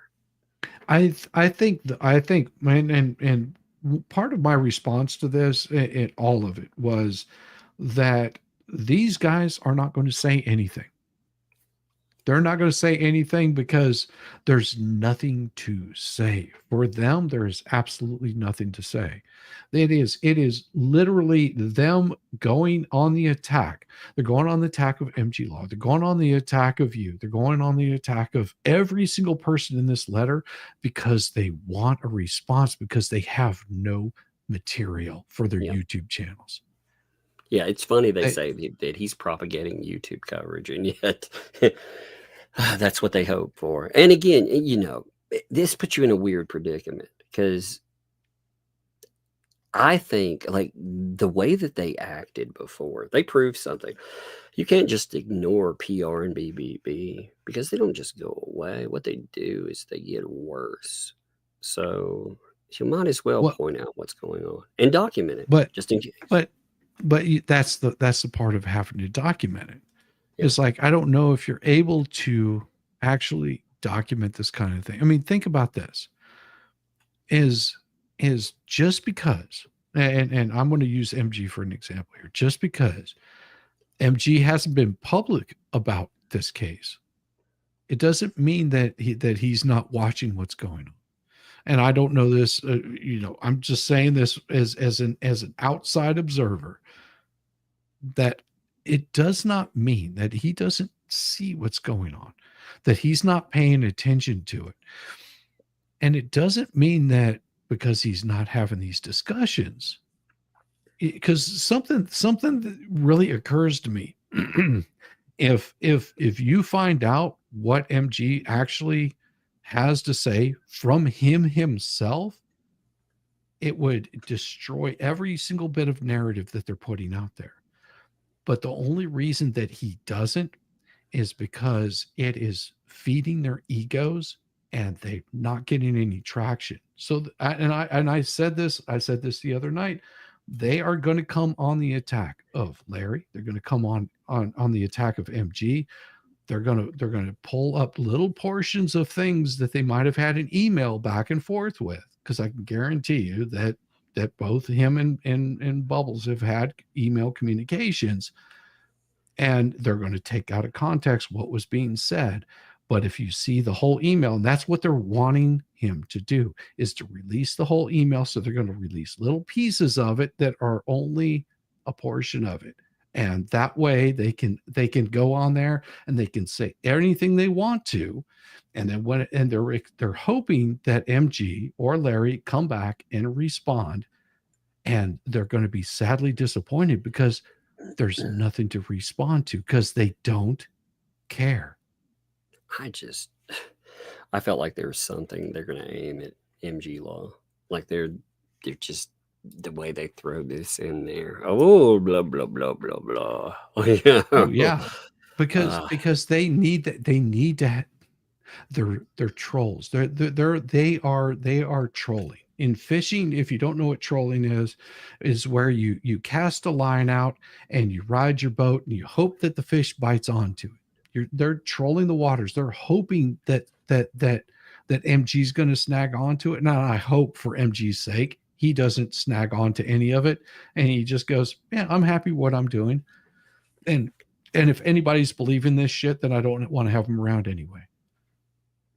Yeah, well, it's something to cause some problems with. But then I like this. This was funny. This thing.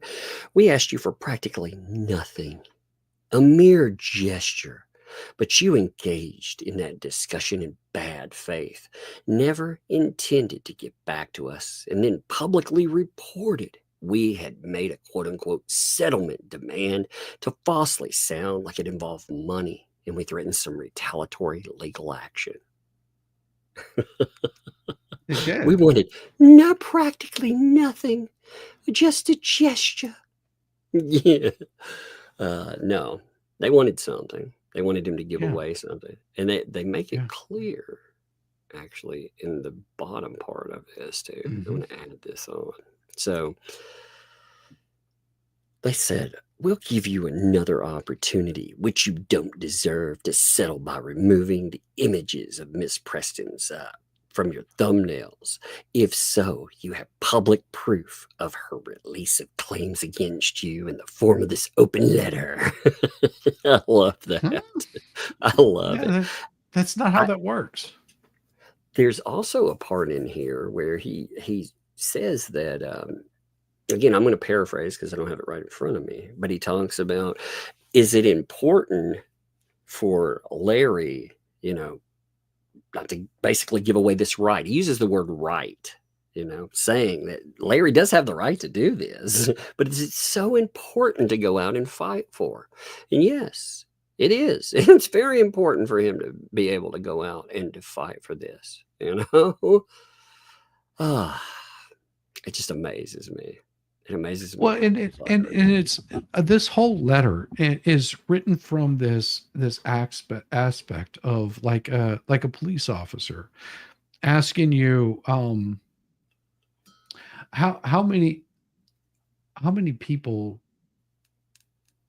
Oh God, there's a certain way that they phrase these in interrogations where they say basically they basically use an accusation to phrase it, so that way you say, no, I didn't do X, Y, or Z, and they're just like, but you're saying that you were there, that kind of thing.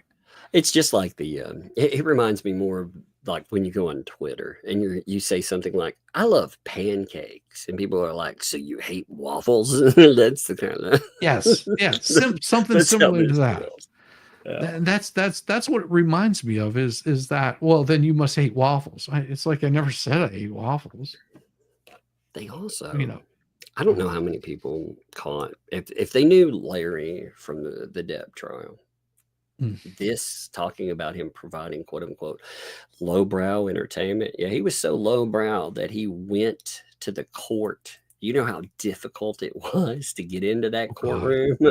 Oh, it was hardcore. And he managed to get himself in there. He managed to observe it himself and to give opinions on what the jury was going to do. He put himself out there. A lot of lawyers in this, if you watch a lot of law tubers, and I'm not throwing shade when I say this. No. They don't hammer down a way that they think this. They'll put out it may go this way because, or it may go that way because, and they may lean a little a certain way, but they don't. They don't attach themselves to an angle they think it'll go on. Larry, 100%, he was like, "Yo, I've been sitting in here. I'm providing my legal analysis by what he does is he knows how to read a jury."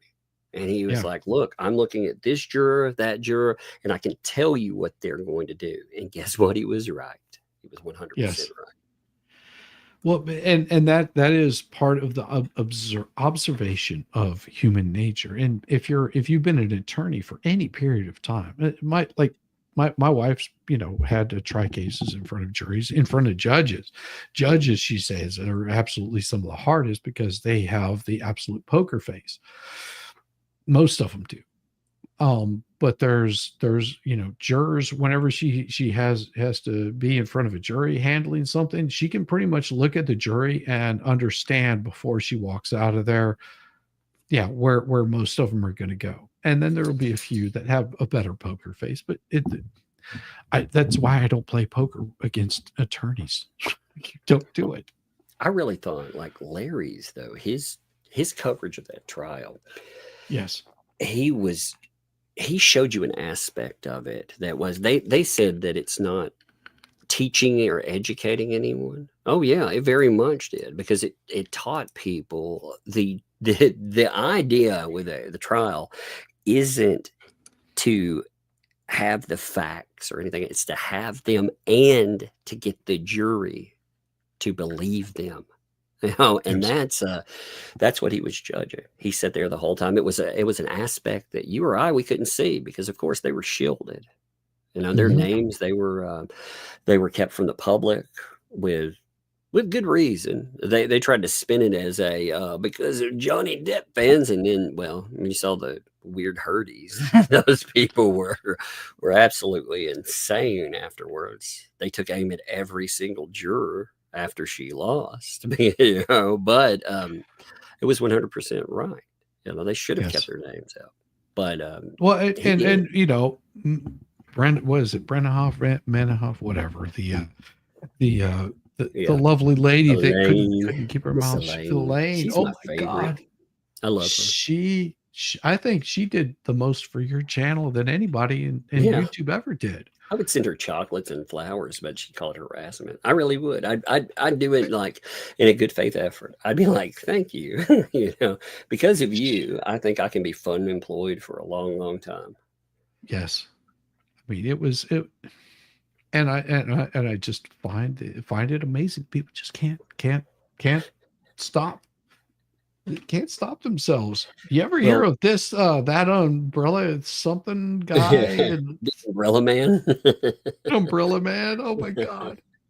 Well, what's fascinating is if you look at their failures in the courtroom too, and then you look at the same things that BBB does in his filings, it's like we laughed at those lawyers because they were so terrible. They were publicly ridiculed because of how bad they were. Well, I feel like BBB is them on steroids. He is. I mean, at least, and maybe it goes to the same mentality, because I think that BBB is just nothing but one of those attorneys that looks to settle, and he's never looked at. He's never been in a litigation case, because usually his cases settle out. A few of them he might be able to litigate, but generally it seems like he gets most of his cases out of getting the other side to settle, through strong arming of things, and also because they have much more to lose. Whereas Jeremy's like, I'm putting my foot down. This isn't happening to the next person. And I find this more admirable with Jeremy than I would with a lot of other people, is that he's put his foot down because he sees that it doesn't stop with him. Right. It goes on to the next person and the next person and the next person until somebody says enough is enough, and I can actually afford, and it's going to cost me, but I can afford to put a stop to this. So it not only doesn't happen to me, it doesn't happen to the next person or the next person or the next person, because this is a chain that has been going on and on for far too damn long. And I'm putting a stop to it.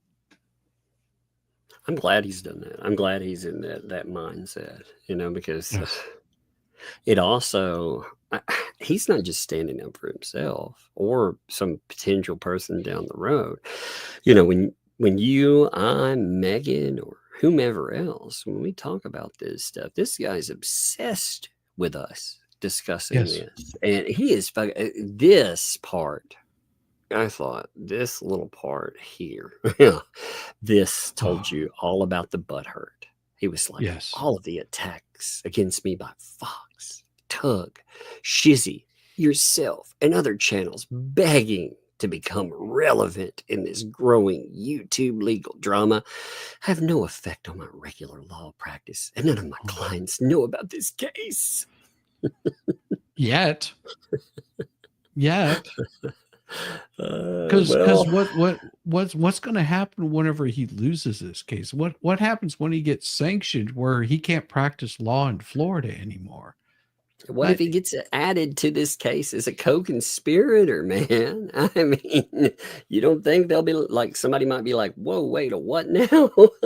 He did what? What is he doing in Florida? I thought he was handling my case here. What? That's why he hasn't called me in 3 months. I mean, Lord. He's like, the YouTubers just spend their time streaming about me, making up defamatory lives and threatening my livelihood. Who's threatening his livelihood? The only fucking person threatening his livelihood is him. I mean, I've never gone after him. He's been the one either he's using chasing you like a jilted ex-girlfriend, man. It's more like a little 3-year-old child just stamping his little feet, really wanting to get attention. He's like that little 10-year-old child going, why doesn't daddy love me anymore? Why won't he pay any attention to me? I don't know. He reminds me of like an ex-girlfriend trying to climb through your window. Shizzy will love me if I send him one more letter. Just one more letter. Talk to him. Love me at some point in time. I just called to say I love you, Shizzy. Chasing me like I'm an ambulance. Oh my God. I like an ambulance. He's probably got a little action figure of you. It's like shaped like an ambulance. I bet he does. That's his workout. It's going to be amazing. But he's like, or their followers wouldn't be able to contact a single client of mine, even if they set out to try. Nobody's tried to contact your clients. Nope. Dipshit. Nope. Yeah. Don't know who his clients are and could care less. He's the one who actually brought up the fact. I said he didn't have any clients. Hey, he's like, that's actually defamation. No, man, maybe I was just shielding you. If you say you have clients, cool. You're the one bringing up clients, dude. I'm saying that you're a no-telling hack. I mean, come on, man. Yeah, I'm trying to save you here, man. I'm throwing you in the life preserver. All you gotta do is grab a hold. He's more likely to. He's like, let me grab the anchor instead. Well, you have to understand that as I was a lifeguard in a younger life, whenever I was much more fit. And one of the first things they teach you, if you have somebody, whenever you try to pull them from the water, if they start attacking you and grabbing onto you, instead of both of you drowning, push away, let them drown, let them drown, and then you have a compliant person. You can pull them out of the water, and then you can resuscitate them. That is one of the first things they teach you. I found this part to be a little bizarre, considering some of the folks that potentially did this. So he said, if anyone filed some bar grievance, maybe some have, although I haven't been notified, it would help the story be more widely covered because I violated no rules of conduct, not even close. Now, one person that said they did was the person he went after their job. Yeah. And that definitely was beyond the pale, way, way beyond the pale. And that doesn't look good for him. Could it get it more widely covered? Well, I disagree with the old adage that all news is good news. That's not true. Oh. Stuff that makes you look incompetent, that's not good at all. No. Look at this. Unless you can monetize it. If you can monetize your lack of competence, I mean, I'm sure that could work out for you. I mean, I've said this before. If Lynette was half as good as she claims to be, she would have monetized her incompetency is being deposed. I'm telling you, she could, for real, with that. She could go out. She could actually embrace the memes. First of all, she takes that marriage license, that whole I'm a priest or preacher or whatever thing, and she becomes Otter Creek Elvis. She marries people. She'd be like, "You're married, baby." Down at exactly. That'd be amazing. Oh She could be she could be like, she should get John to dress up like Elvis. And they could put on like a lowbrow version of what they do in Las Vegas. I'm telling you, that could make so much money. Well, instead of reaching into Jeremy's pocket, they could, trying to, because they've tried to heavily, asking for 65 grand here or there. They could have monetized all of that, and that's a free idea, man. Just lean into it. Maybe that's why they put up the privacy fence. It's gotta be. You could be married by the blue porta potty. Oh, man. Oh my God. Could you imagine that? That's where you spent your wedding night, the blue porta potty. Oh, that'd be amazing. Or you could upgrade to the deluxe shed. Oh, fuck yes. Or the super deluxe barn shed. The barn-dominium.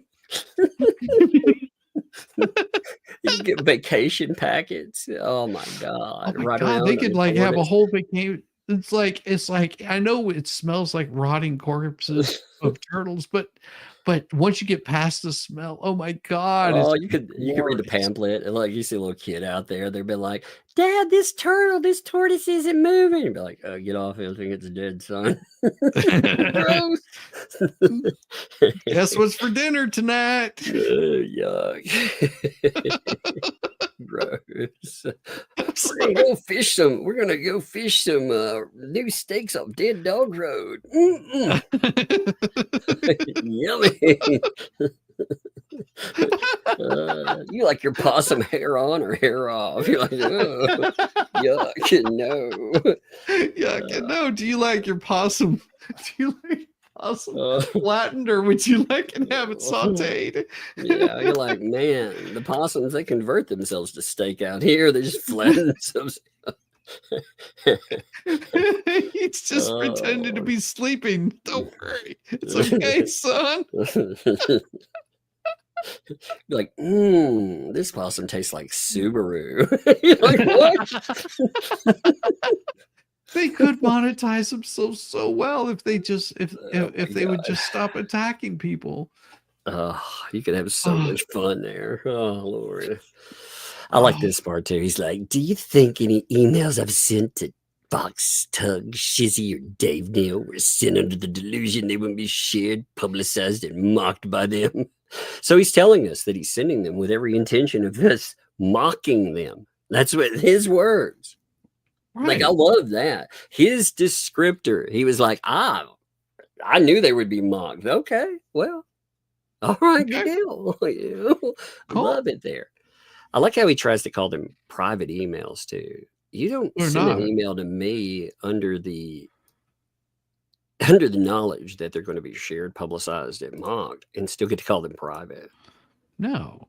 I mean, You anything know? that anything that somebody sends to me, that is mine now, and I'll decide if I want to show it or not show it. It's just like, so if Tug sends me a message and he says something that I find to be offensive and egregious, I'll first of all I'll approach him about it and say that was offensive or egregious, and then if he said, well, screw you, I'll send you another one, then I would probably publish it and show it to show the whole world.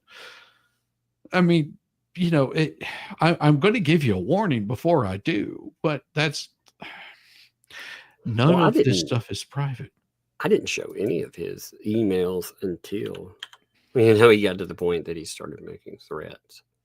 Yes. Like, that's where I actually, like, I've said this before. I had no idea who the hater channels were until he sent an email. One of his emails, like right here, this is where I figured out about those channels. This was my entry level to that. He sent me that freaking email about airport photos. And if you look, you can see who he sent it to. He didn't just send it to me. Like, this tells me two things. Number one, this is bad faith. Like, he's not having a conversation with me. He's creating content. Yes. But, 100%. And when I looked at that, I was like, yep, 100%. That's what it was. That's exactly what it was. But that was my introduction to it. And when he wants to go out and send these things for these places to utilize as part of a narrative, oh yeah, I answered it, especially considering we're talking about a lawyer who has inserted himself into a case, but also he's working with a PR team. They like to say we're not a PR agency. No, you said you're a PR team. You said you're this person's PR team. They'll never get around that because they put it in their own freaking website. They named it themselves. So sorry about your luck. Yeah. And this one last part too, I liked. You could see like how much he just hates Megan. Megan Fox did live yoga while laughing at Miss Preston's distress during her videotape depositions and asking viewers to send money. This tells you money comes up all the time. They hate the idea that people can make money off of them. They hate it. That yes, I make no qualm about monetizing dumbasses like BBB. I monetize my haters. I've done that forever. I mean, that's no different than what Jeremy does. He monetizes every bit of what he's doing, and he doesn't make any qualms about it. Here's the thing: if you want to see how I monetize my channel, I'm actually working on getting my store set up because I've got some items I'm going to be putting out there. That's for monetization for me. I'm not doing this under the pretense of creating, hey, send me money so I can give somebody something. That's not the way that I operate. If you're sending money, you're sending money to help my channel, to help me. If you're sending money to Tug, it's because you're supporting the channel. If you're sending money to Megan, you're doing it because you enjoy the content that we put out.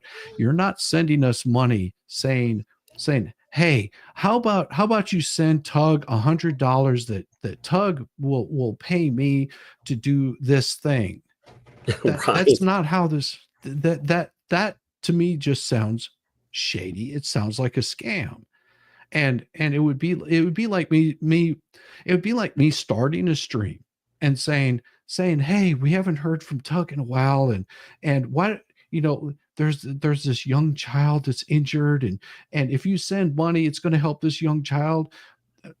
That right there screams a scam to me. Because if they say, listen, Tug's got issues with small child, send money to him. Here's where it's going to go. He's got a GoFundMe, go donate to it. You can see where it's all going. As compared to say, send the money to me and I'll make sure it gets where it's going. It just sounds like a damn scam to me. And there is nothing that Megan did wrong in this whatsoever. She came on, she did yoga, and she was laughing at the idiocy of somebody that cannot laugh at themselves for their own I stupidity. think that it's just like with Shara. I think that they have a problem with any woman that is Yes. attractive in any way, especially like you look at the way that they treat a Shara or they treat a Megan, because look at what they latched on to.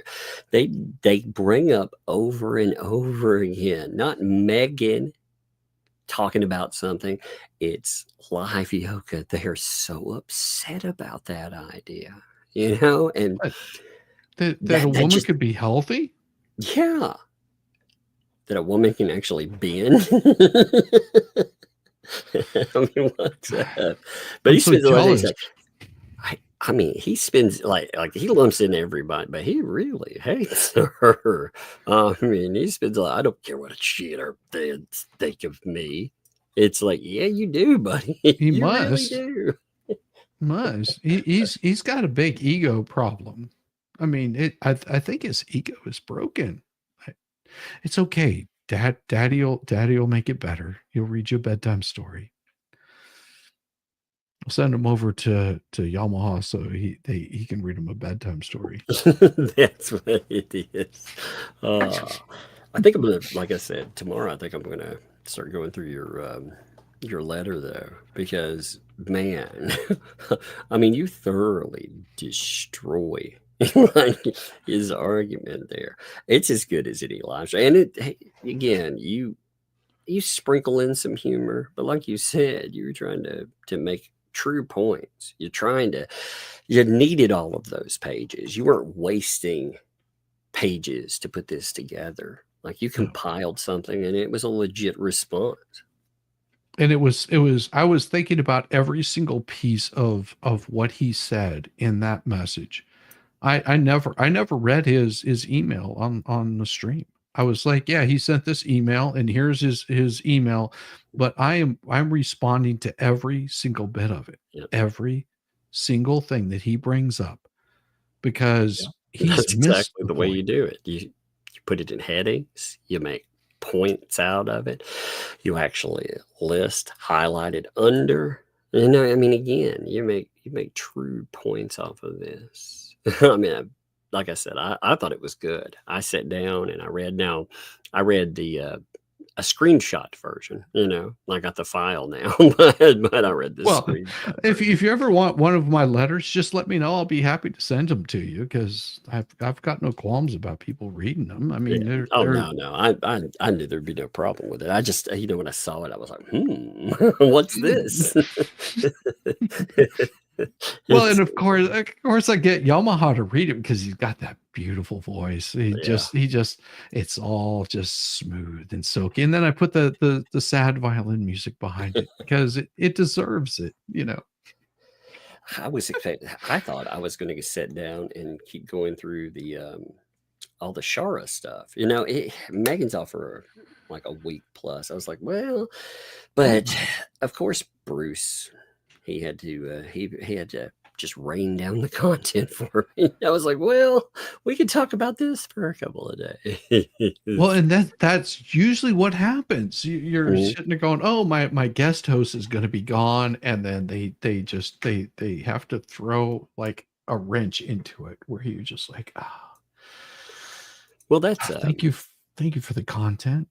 That's what happens anytime I mention that I'm going to do something. If I make a solid plan, I'm telling you, every time something new comes up, and it's absolutely amazing. And I'm kind of proud of that in a way. I'm proud that you know, fate loves me like that. I'm gonna read some super chats, man. You're gonna hang for supers? Or... I'm hanging for you, brother. All right, your chat is awesome. Yes, and by the way, people need to go over and sub to Shizzy Whiz Nut, you know, and like I said, my favorite place when, well, barring Saturdays, I I redirect to Flashcast. I will redirect tonight to Flashcast. They're actually going to be they talk about everything. I may or may not. It just depends on how my night sets up. It depends on how the kids cooperate. But there's a case that they have worked into everything that's going on that's wild. It's a case where you have a YouTuber that was talking about these ridiculous gaming journalists, and they contacted his wife. They did all kinds of things to try to destroy his life. And, of course, he responded. And he obliterated them online, and they've sued him for it. So it's an interesting one. If people have not kept up with that, there will be a lot of other stuff on there. Now, the one caveat I would say is don't tune into a show where you get easily offended. That will be a show that will offend you. They will definitely offend you over there. But you remember, offense is not given, it's taken. If you offend easily, then don't let people offend you that way. Let's get this stuff here. Photo lady. Do it. Thank you for the membership. Thank you. Welcome. Thank you for the membership. Welcome to Tugs Thugs. Appreciate that. I also love saying that. So thank you. Nancy, thank you for that gifted membership. Love seeing those too. Actually, I like today. I was watching them everybody when they came up, and I liked it. It was fun. Max Lab. What's up, Max Lab? Appreciate you, my friend. Thank you for the 2 there. Hey, Tug and Shizzy. Oh, yeah. Oh, Max yeah. Lab. I appreciate Max Lab. Like I said, stays on top of all kinds of things, notes all kinds of craziness that's coming up. There are a few people, again, some people don't want their names listed, that do a very thorough job at looking at stuff. Yes, they do. Yeah, but all of you are appreciated. So, Carrie, thank you for your membership. Thank you. Welcome. Thank you for the membership as well. And welcome to Tugs Thugs. Appreciate you. Let me get a drink of water. That is a beautiful tattoo, too. I love it. Yeah, I like that. Looks good there. Right a chick. Thanks for the 5 there. 2 of my favorite guys. Evening Tug and Chat. Yep, to you too. But Shizzy Daddy. Oh, yeah. Shizzy Daddy. You know it. Darren, thanks for the 2 months there. Oh, hells. There goes the neighborhood. Tug and Shizzy rolling through. Indeed. Indeed. Laughing my butt off. I like that one. Oh, yeah. LMBO. Oh, yes. I like that. Right a chick. Also, thank you for the gifted membership, too. Thank you. I appreciate you, too. I hope everybody, by the way, is having an excellent New Year so far. We are just a few days in, 4 days in. Man, my year's been good. Your year's been good so far, Shizzy? Mine has been beautiful so far. I've been working on a puzzle with my wife. That's what I do in my evenings. That's awesome, man. I've been fun employed, for the last few weeks, and this is my first time in my life ever being my own boss, and it's fascinating stuff. It feels good, doesn't it? It does, man. Time with the kids, time with the fam, and also setting how I want to cover things. That's amazing. No stress to it, just enjoyment. That's good stuff. Misbehaving. I like that. I like your name on there too, by the way. Thank you for the gifted membership. Appreciate you. Love it there. What's up, AJ World? It's good to see you, by the way, AJ's World. Thank you. Welcome. Thank you for the membership. Welcome to Tugs Thugs, by the way. Appreciate you. Been around a while. Thank you. Suzanne, thanks for the 3 months there. The Wilmers are who they have a nut for. Okay, so that's who that's all about. George has their attention. She doesn't take them lying down. Love you, Georgie. So is that the Tennessee statement? Is that who that is then? Because that might be.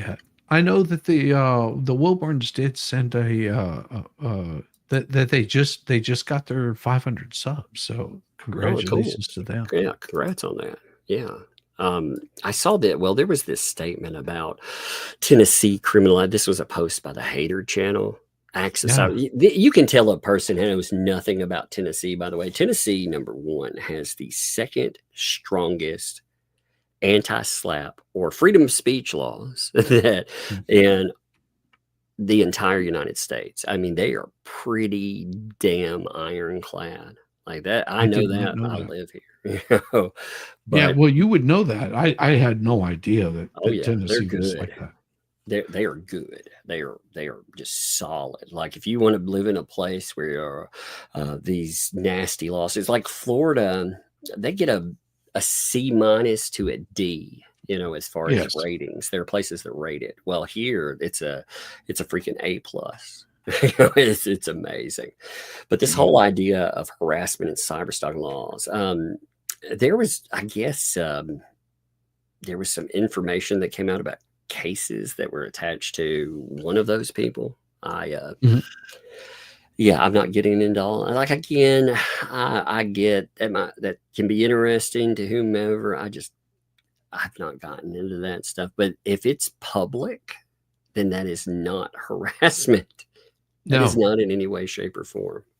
Just no. like If anybody from the public can access it, if it's a sealed document, and if I'm reading a sealed document, that right there could be considered harassment, cyberbullying. Potentially, you can find it online or something. Though like there's no Tennessee court that would stick with that either. Even if it were sealed, if you managed to slip across, how would you know it's sealed? So that would be a failure in the court, or it would be one of the two parties that has posted it, one or the other, or a party that was involved. Now there could be an issue for those parties, but as far as you are concerned, if you find it online, as far as a court document, how would you know?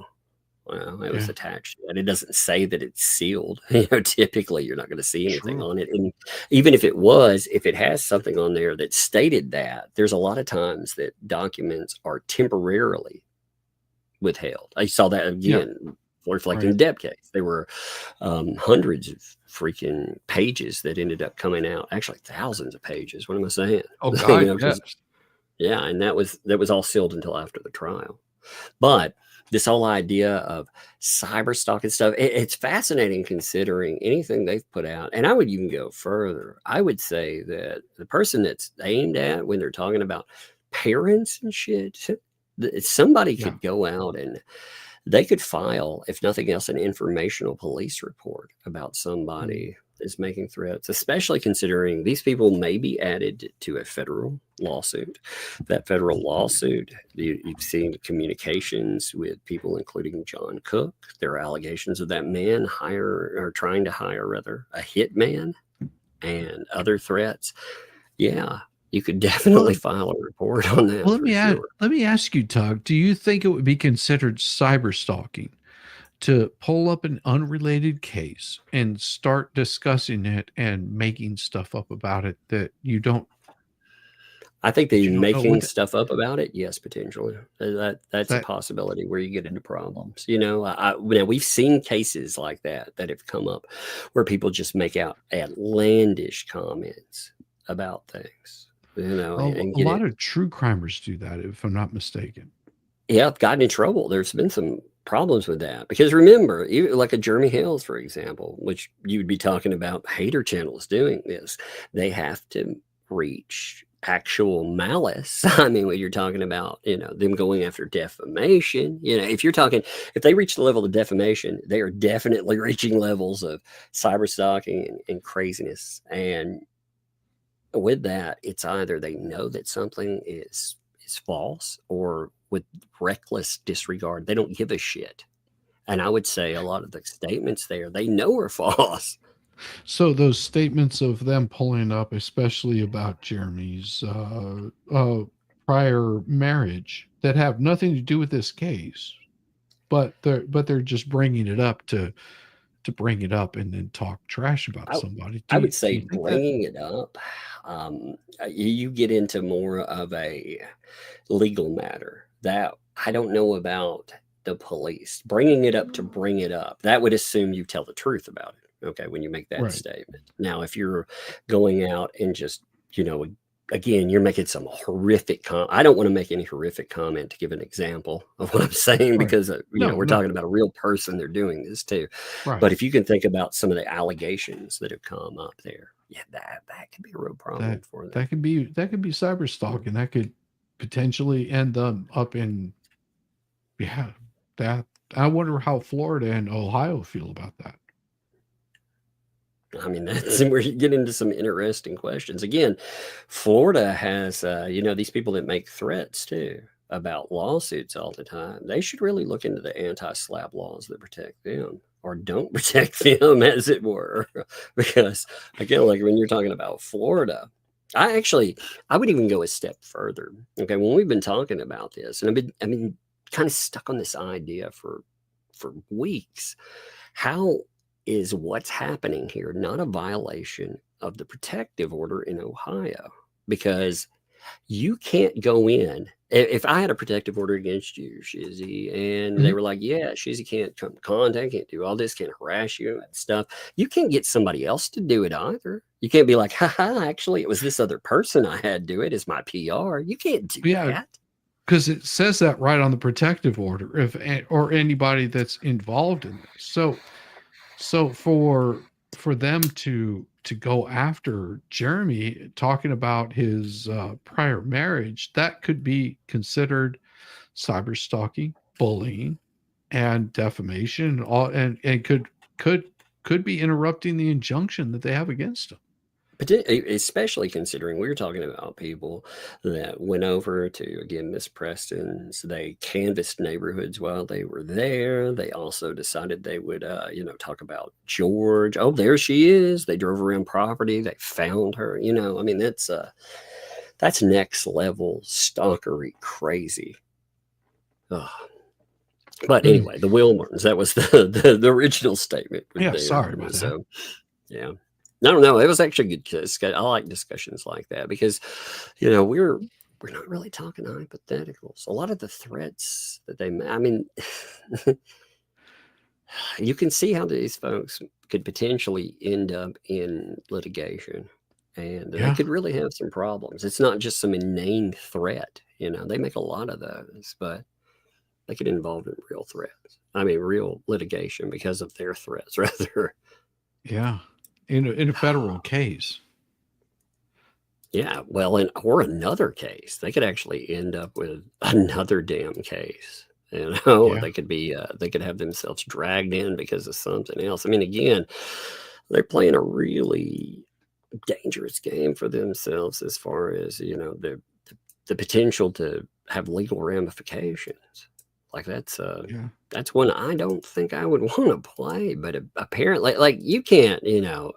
I've always heard too that you don't correct an enemy while making a mistake like that. But this is above that. This is well beyond the pale. Like I'm like, dude, stop stalking this dude. It's crazy. Yeah. Anyway, Stick Brick Pay, thanks for the 10 there. Just joined after watching a film. Put the PC on to listen in. First thing I see on the CCTV is a sheet of white snow. Oh no, Ryan's sitting on her PC next to the window. She hasn't even noticed. Well, it's good as long as you don't have to do anything. Like here, if you saw some snow here, it shuts everything down. Well, aren't you supposed to be getting like 10 inches or something They're like talking that? it. Yeah. We'll see. Like usually they're wrong, but you never know. It's cold enough here. Did you see the weathering pattern? All I have to say is just look up the weathering pattern. You don't pull it up, but look up the weathering pattern, and I guarantee you're going to have a good laugh on it. I'll have to look at it then. I've seen them talking about, so I'm about to look it up now. Bonnie, by the way, thanks for the 2. I always forget this too. The Grangers are actually in Tennessee as well. Yeah, that's true. I do forget about that. That's a good notation in that. Ted, thanks for the 2. Helping out Daddy Tug and Daddy Shizzy. Indeed. Thank you for that. Appreciate it. Thank you. Carrie, thanks for the $2 super sticker too. Thank you very much with that. Appreciate you. The Wilmore, they speak of, hi, it's me. I'm the problem. There we go. I looked at that. Like I said, when I looked at it, I was like, what does this even mean? Like, I don't even understand it. Like, I haven't, I didn't really care. Like, again, if it's directed at me, I was like, well, what is this shit about parents? Are you talking about my kids here? Because if you are, game the fuck on, Yeah. Yeah. I mean, my doorbell reloads.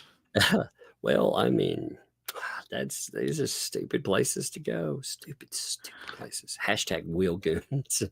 I love That's it. Funny. Misbehaving. Thanks for the 11 there. Tug Daddy Fun. Love from the Netherlands. Hey, love return from Tennessee. Thank you, by the way. Appreciate that. Yes, most definitely. Misbehaving. I like the names.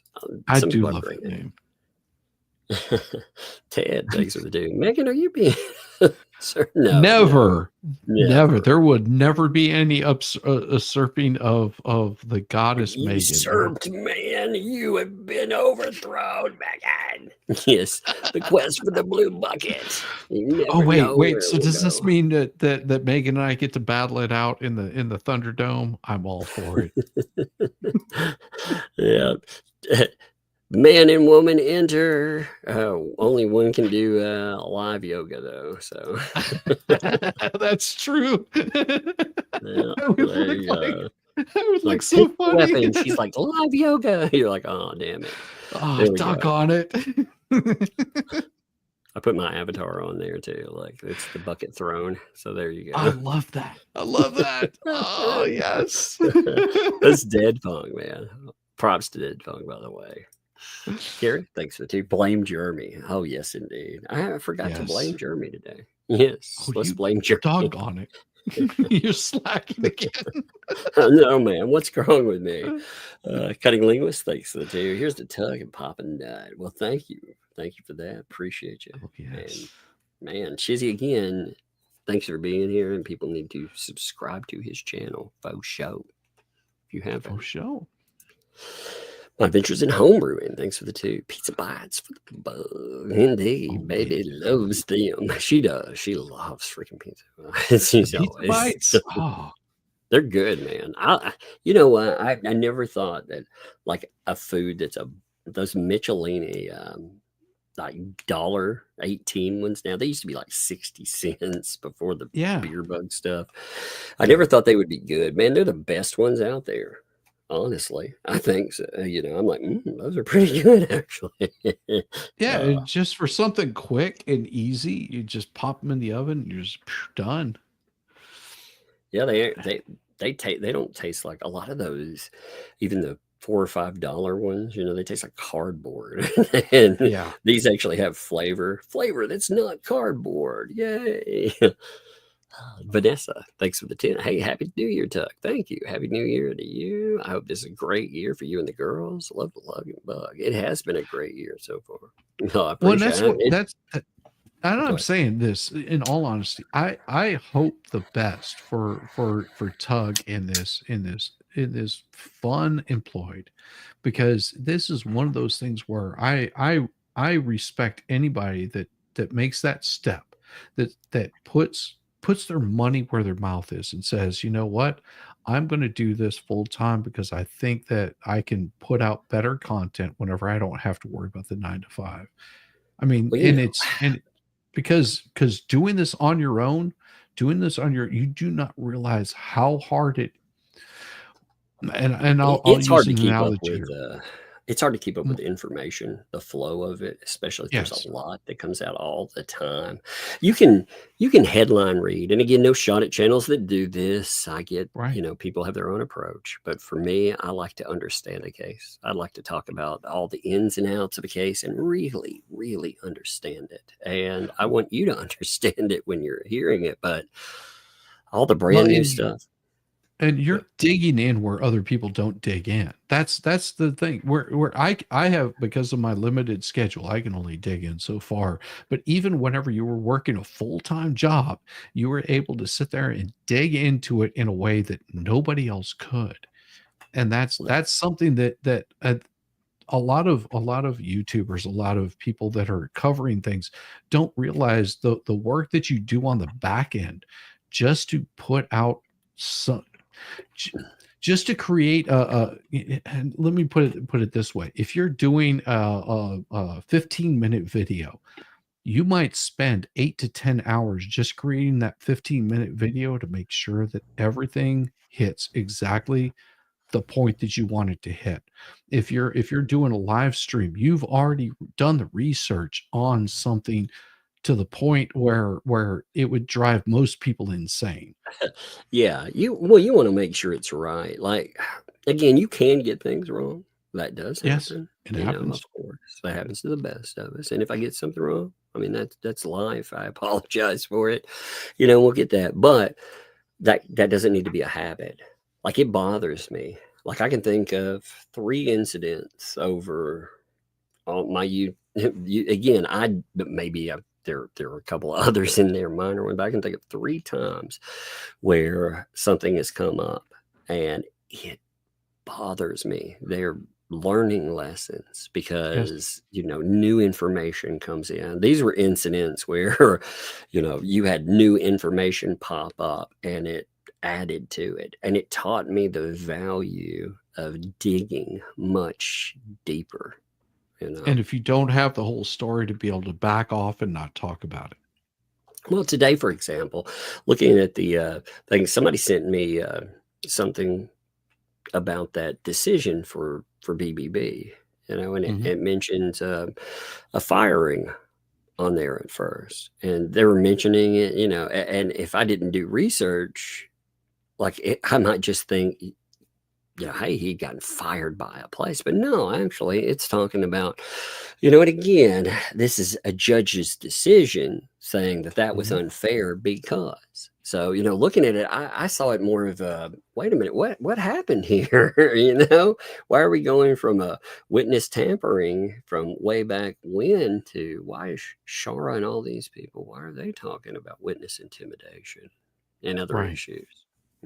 But Misbehaving also, thank you for another gifted membership too. Thank you again. Appreciate you. And again, like that name. Love it. Scott, thanks for the 5 there. Just popped in.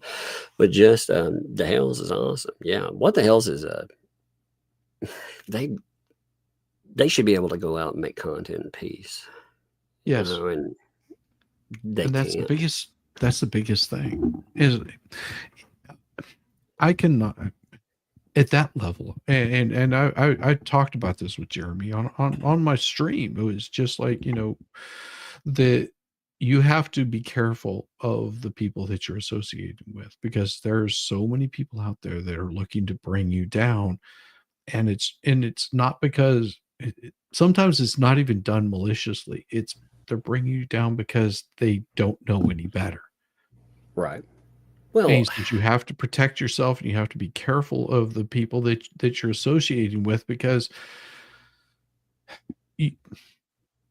if I said something to Tug in confidence, and I said, listen, I don't want this brought out because it's a personal issue, I would expect that Tug wouldn't say anything. But there's other people out there that they have no scruples, and they would be more than happy just to watch you squirm, that they would bring it out to the entire world. And that's that. And so that Jeremy has taught me through what the experiences that he's had and things that to avoid. It's like avoiding those pitfalls. Well, you have to walk a fine line too. Jeremy's done a good job on the fact that he can it is very difficult to trust anybody after people that you've let in and you've helped.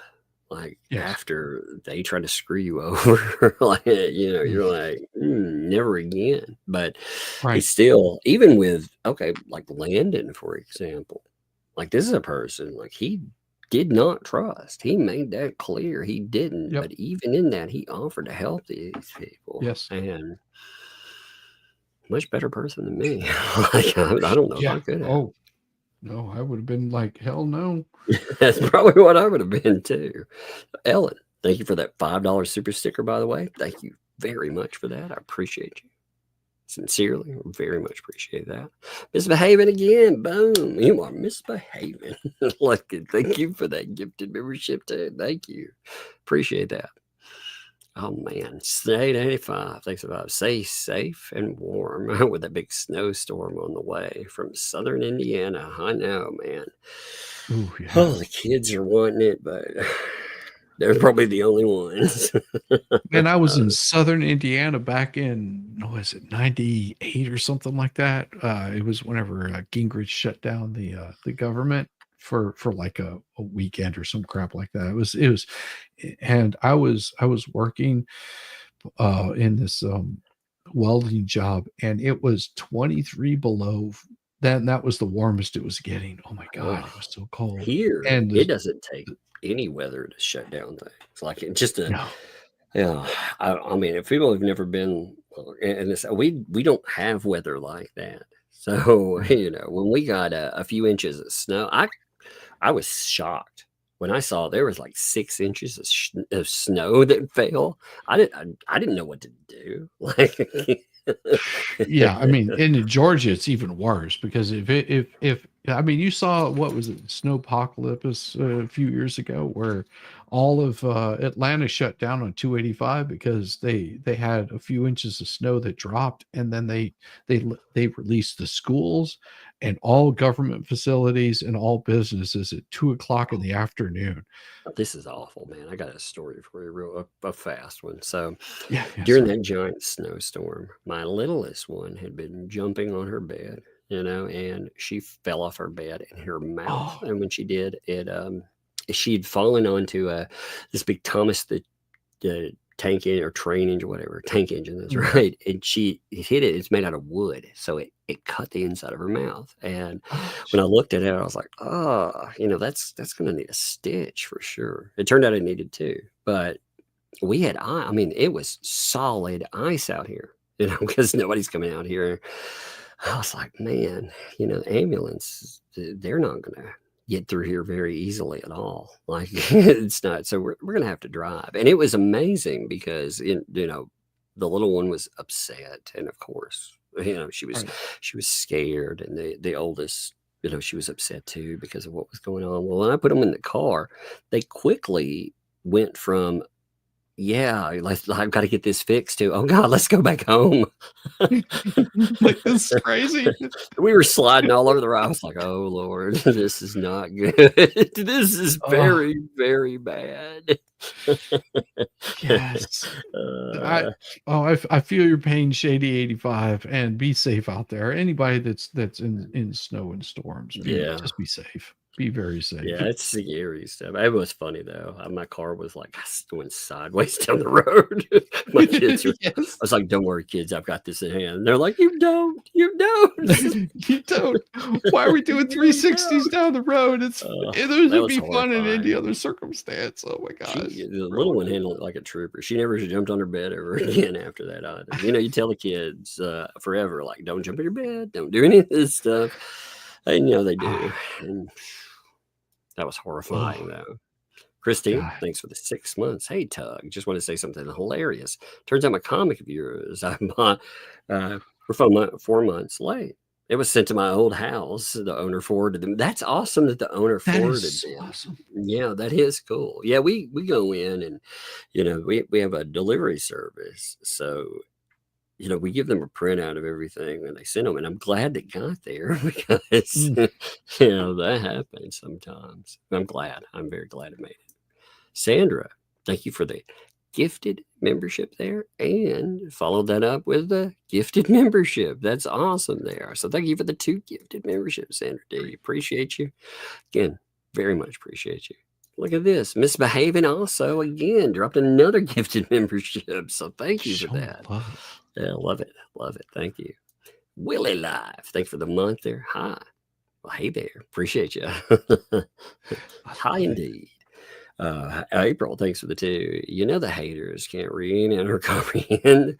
Yeah, well, that's true. They definitely can't comprehend those items. This is good too. Misbehaving. Thanks for the Sue said. How stupid can you be? Some people see this as a challenge. Yeah, they're like, well, hold my beer. Hold my Marlboro.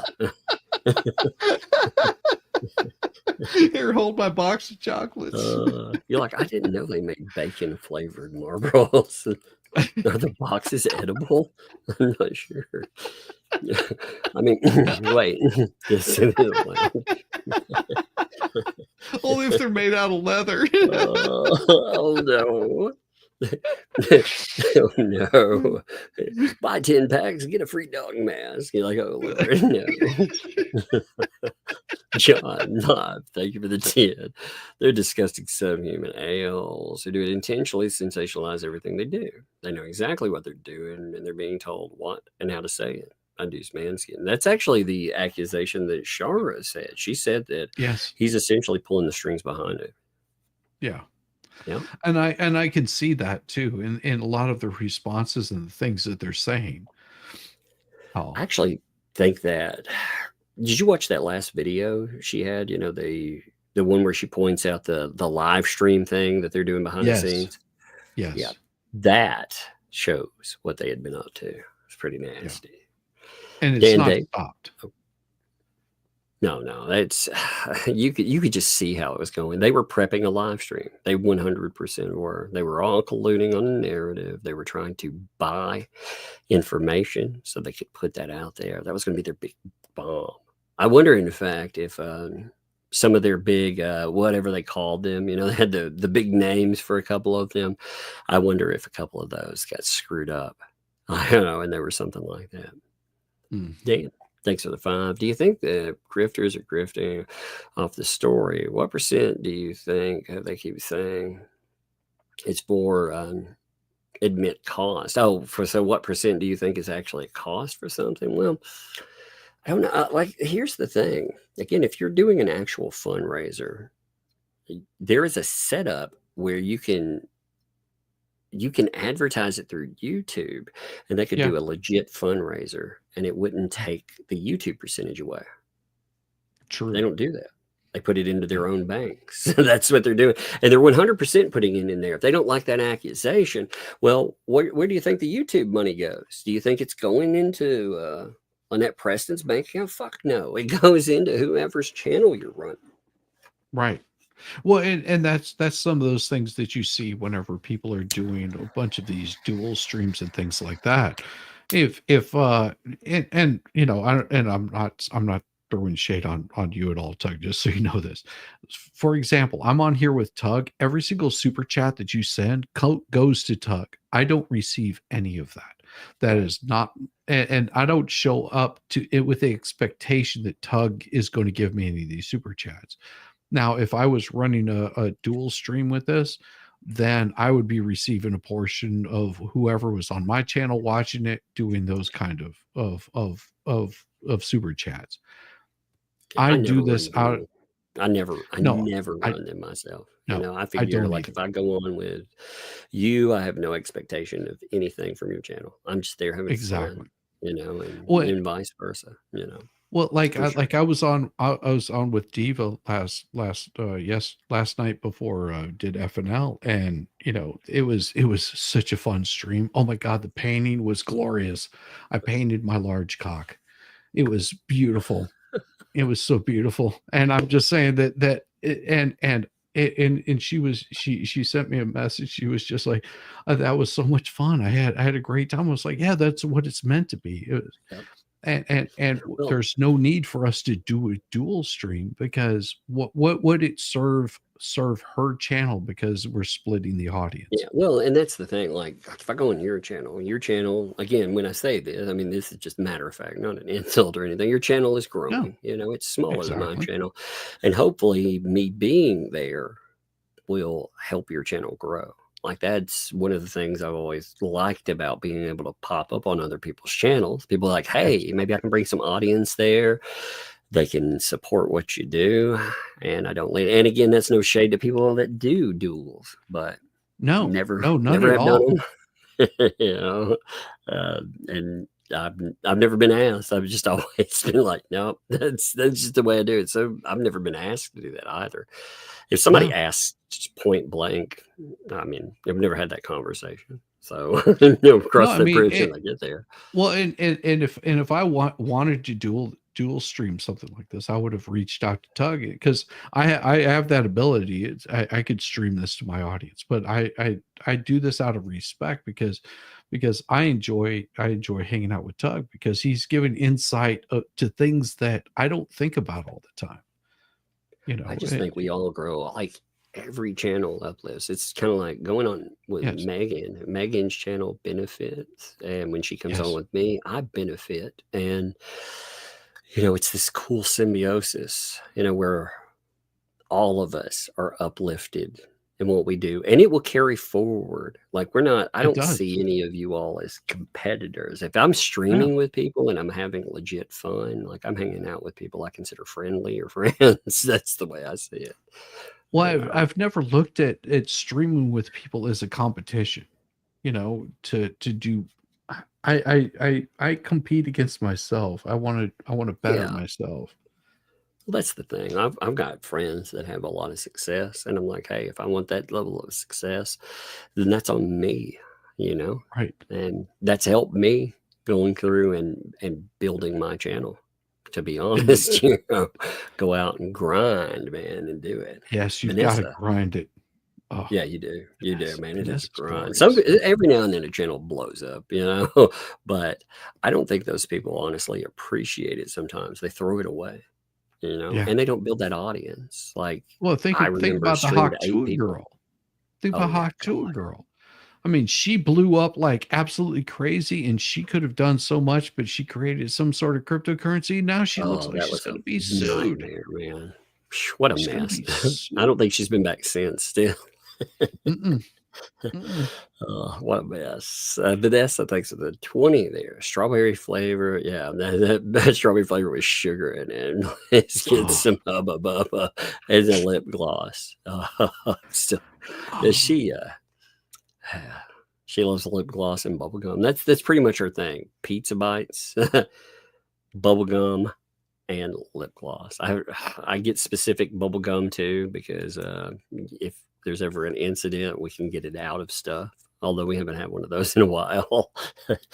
No, they were bad, man. I was like, gum in your hair. No. Oh God. Carrie, thanks for vibing. More. What is that? I can't see that on my screen. Azuka. Okay. I couldn't see it on my screen for a second. Okay, let me lock that again. I can't even read that. There we go. It's blurred on my side. There it is. More Zuka for your baby girl. I thought it said more bazooka for your. And I was like, what does it say? Oh, I remember the bazooka chewing gum too. Because Yeah, I thought it was like some bazooka bubble gum. I was like, cool. More Azuka for your baby girl. There we go. I got it there. Thank you, by the way. I love hearing your chat. My second granddaughter's 1 today. Hey, love to her. Happy birthday to Lucy. Hey, happy birthday, Lucy. Happy birthday, Lucy. Yes, indeed. That's great. When they're young like that, it's so much fun too. It Misbehaving dropped another gifto in there. Thank you, Misbehaving. Appreciate you. It's very awesome of you. Kelly B, thanks for the 5. And now people are showing up in Ohio to harass and seek out. Yes, they are stirring the craziest people. It's scary. Yes, that's why Jeremy's having to run his home like a fucking compound, and it's wrong. He's like, he goes on stream and says, I'm scared for the people that are around me. We are legitimately frightened for their safety. What happens? More assholes show up there. God. Yeah. Man. BCE. Thanks for the 5. Good evening, Tug and Shizzy. Thanks for the Saturday evening live to brighten the end of my day. Hey, thank you. I'm glad you're here. Appreciate you. Absolutely. It's been fun. Thank you. I've enjoyed it. Green Veggie Beats. Thanks for the 5 there. Doug, what nut you whiz on?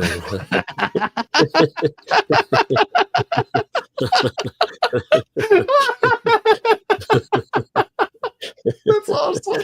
I love it. You whiz on. That's hilarious. Misbehaving dropped another gifted membership, by the way, too. Thank you for that. Those are awesome. I love gifted memberships. I love them. Yes. Julie, thanks for the 5. Just makes me sick what Jeremy and George are going through. Not to mention that these sick blue buckets are getting away with nonstop. Yeah, I mean it's insane what Florida has allowed. That. Well, especially Levy County. I mean, there should be some kind of there should be some system in check, that you can complain to and get something done. There are systems that you can complain, but they usually just circle the wagon, as it were. Nothing happens. Levy County is particularly bad. Like there's been a lot of reports about Levy County. My village idiot. Like that. Thanks for the 5. I always thought the name Bubbles was done because he was full of hot air with a soft outer shell. That works too. Yep. Float it, Bubbles. Thanks for the 10 there. Do you think that's Emmy? My bad, Emmy. Thanks for the 10. Do you think that the grudge held the lie about Russ the Sus, and that is one of the reasons he was so biased? I don't.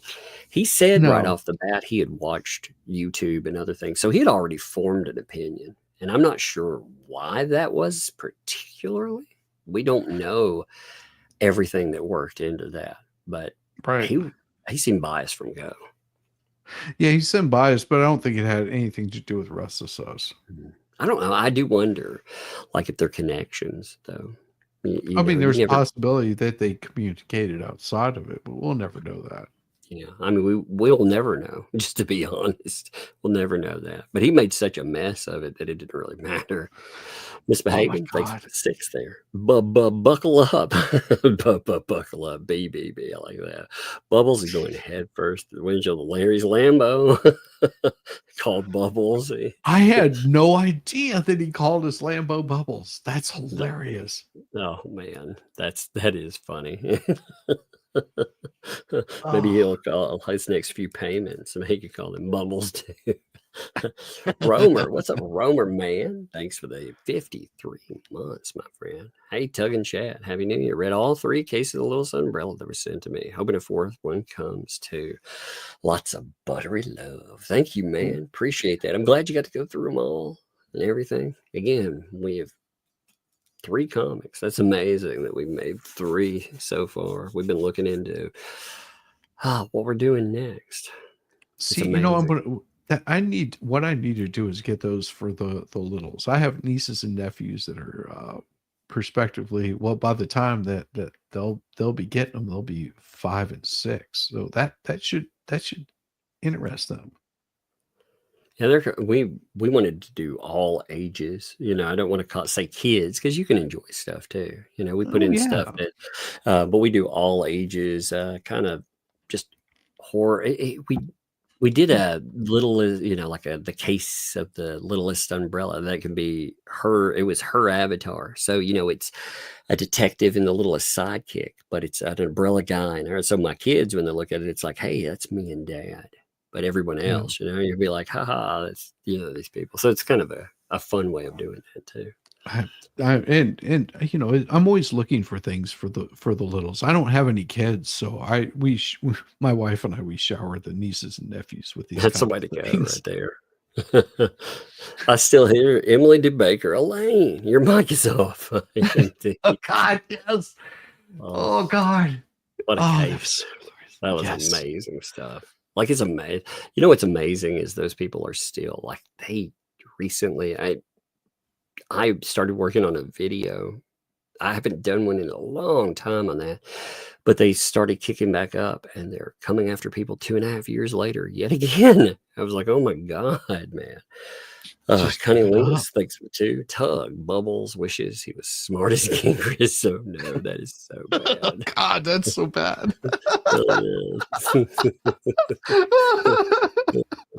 Misbehaving. Thanks for 6 there. When everything smells like dead turtles, you became a mouth reader. That would make sense.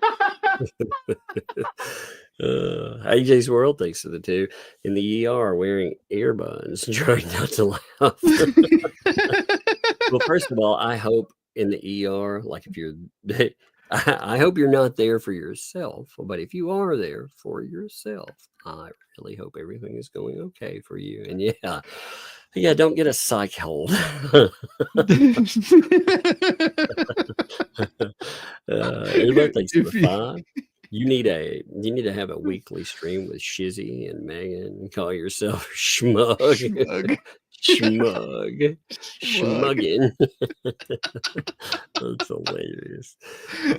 Sandy Nichols. What's up, Sandy? It's good to see you, by the way. Thank you for that gift and membership too. Appreciate you, Sandy. Like I said, it's good to see you there. BC, thanks for the 5. Hey, Tug. I hope Santa was good to lug him. Oh, yes, very much so. Very good. They were very happy with it. They had a good time with it. Misbehaving. Wow. Thanks. 55 there. Thank you. But thank you both. Hey, appreciate that. I thank you. Small request. Please help an independent artist, lyrical, musical, instrumental genius for Shizzy. He's well-deserved rise. He has many songs on topics like mental health. Songs feel like therapy. Ren, hi Ren, loved. Well, send something with that to my email. send it to me or Shizzy or whomever. You can send it somewhere, either that or you can send it to me on Twitter if you're there. I'll link me into it. Let me see what you're talking about there. And you can send it to my email. My email is 2 words. Don't ask me why. I don't remember. But it's granular, GRANULAR, first word, heaven, HEAVEN. So granularheaven@gmail.com. Send it over to me. Check it out. And mine is shizzywisnut@gmail.com. It's Much the easier same to name remember. that you see there. And just know that I will promote things, but you also have to understand that if it's music that could get me like copyright Yeah, stricken, any copyright striking or anything like that, for sure. I always check music too beforehand just to Same. make sure it's something YouTube appropriate, I'm gonna say. You know, True. yeah. Same here. Deuce Manskin. Thank you for the gifted membership with that. Thank you. Appreciate that. Kelly B, thanks for the vibe. In Southern Ohio, we're praying for an inch of ice, 9 inches of snow. Good Lord. People will be out like a flock of geese. Yeah, don't drive right. Oh, Lord. I can't imagine Yes. 9 inches of snow.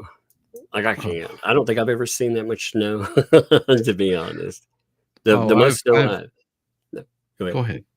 I was going to say the most snow I've ever seen is like the last year we had 6 inches of snow. And I was like, oh my God, I don't know what this is, I grew up in the Midwest, so I've survived blizzards and snowstorms that would make your hair curl. I mean, we're talking like 10, 20, 30 inches of snow, just like insane, like amounts of snow drifts that just you can build, snow buildings out of. It's insane.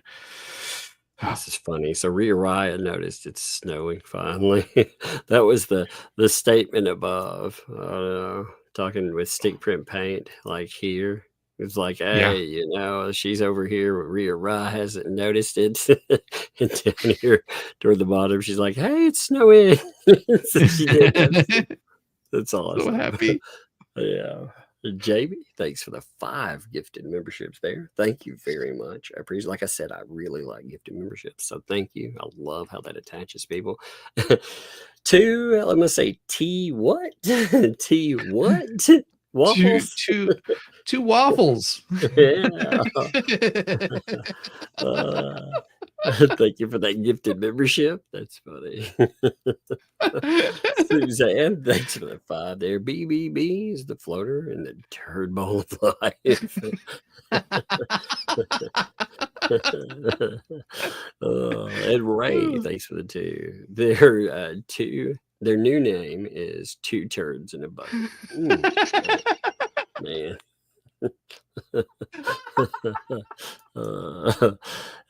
Misbehaving also said thanks for this as well. Said I will, thanks in advance. He invites creators to react, but I will explain in email. All right, cool. I'll check it out. Like Excellent. I said, yeah, we'll see what's there, but I'm going to redirect you folks now. First, I'm going to hit Dan's here. Thanks for the 5 there, too. Thank you, Dan. I did not see that pop in at first. Thank you. I grew up in NH. 6 inches of snow is just a dusting. That is so true. I wouldn't know what to do with it, Dan. I would be like, oh, my God, what is happening? Oh, I know what to do at 6 inches at least. Sorry, that's so bad. But hopefully it doesn't melt afterwards. If it starts to melt, then you probably need to go to the free clinic. It melts down to like a couple inches. So we're good. Now I'm going to redirect. I'm going to send you all to Flashcast. Again, if you are easily offended by something, they will offend you over there. I don't know what's going on as a topic. Yellow Flash is a friend of mine too. I like to redirect over there, but they also have been covering a case. It will be part of whatever they're discussing. They'll discuss a million different things tonight. I may or may not show up. I'm not sure, but go over there, raid. If nothing else, see if you like the place. Maybe you'll love it. If you don't, then, you tried it out. Love it. But hey, rate it. Say Tug sent you. Appreciate you. Go into here. Also go sub Shizzy Wisnut. Thank you all. And we are out, man. It's y'all.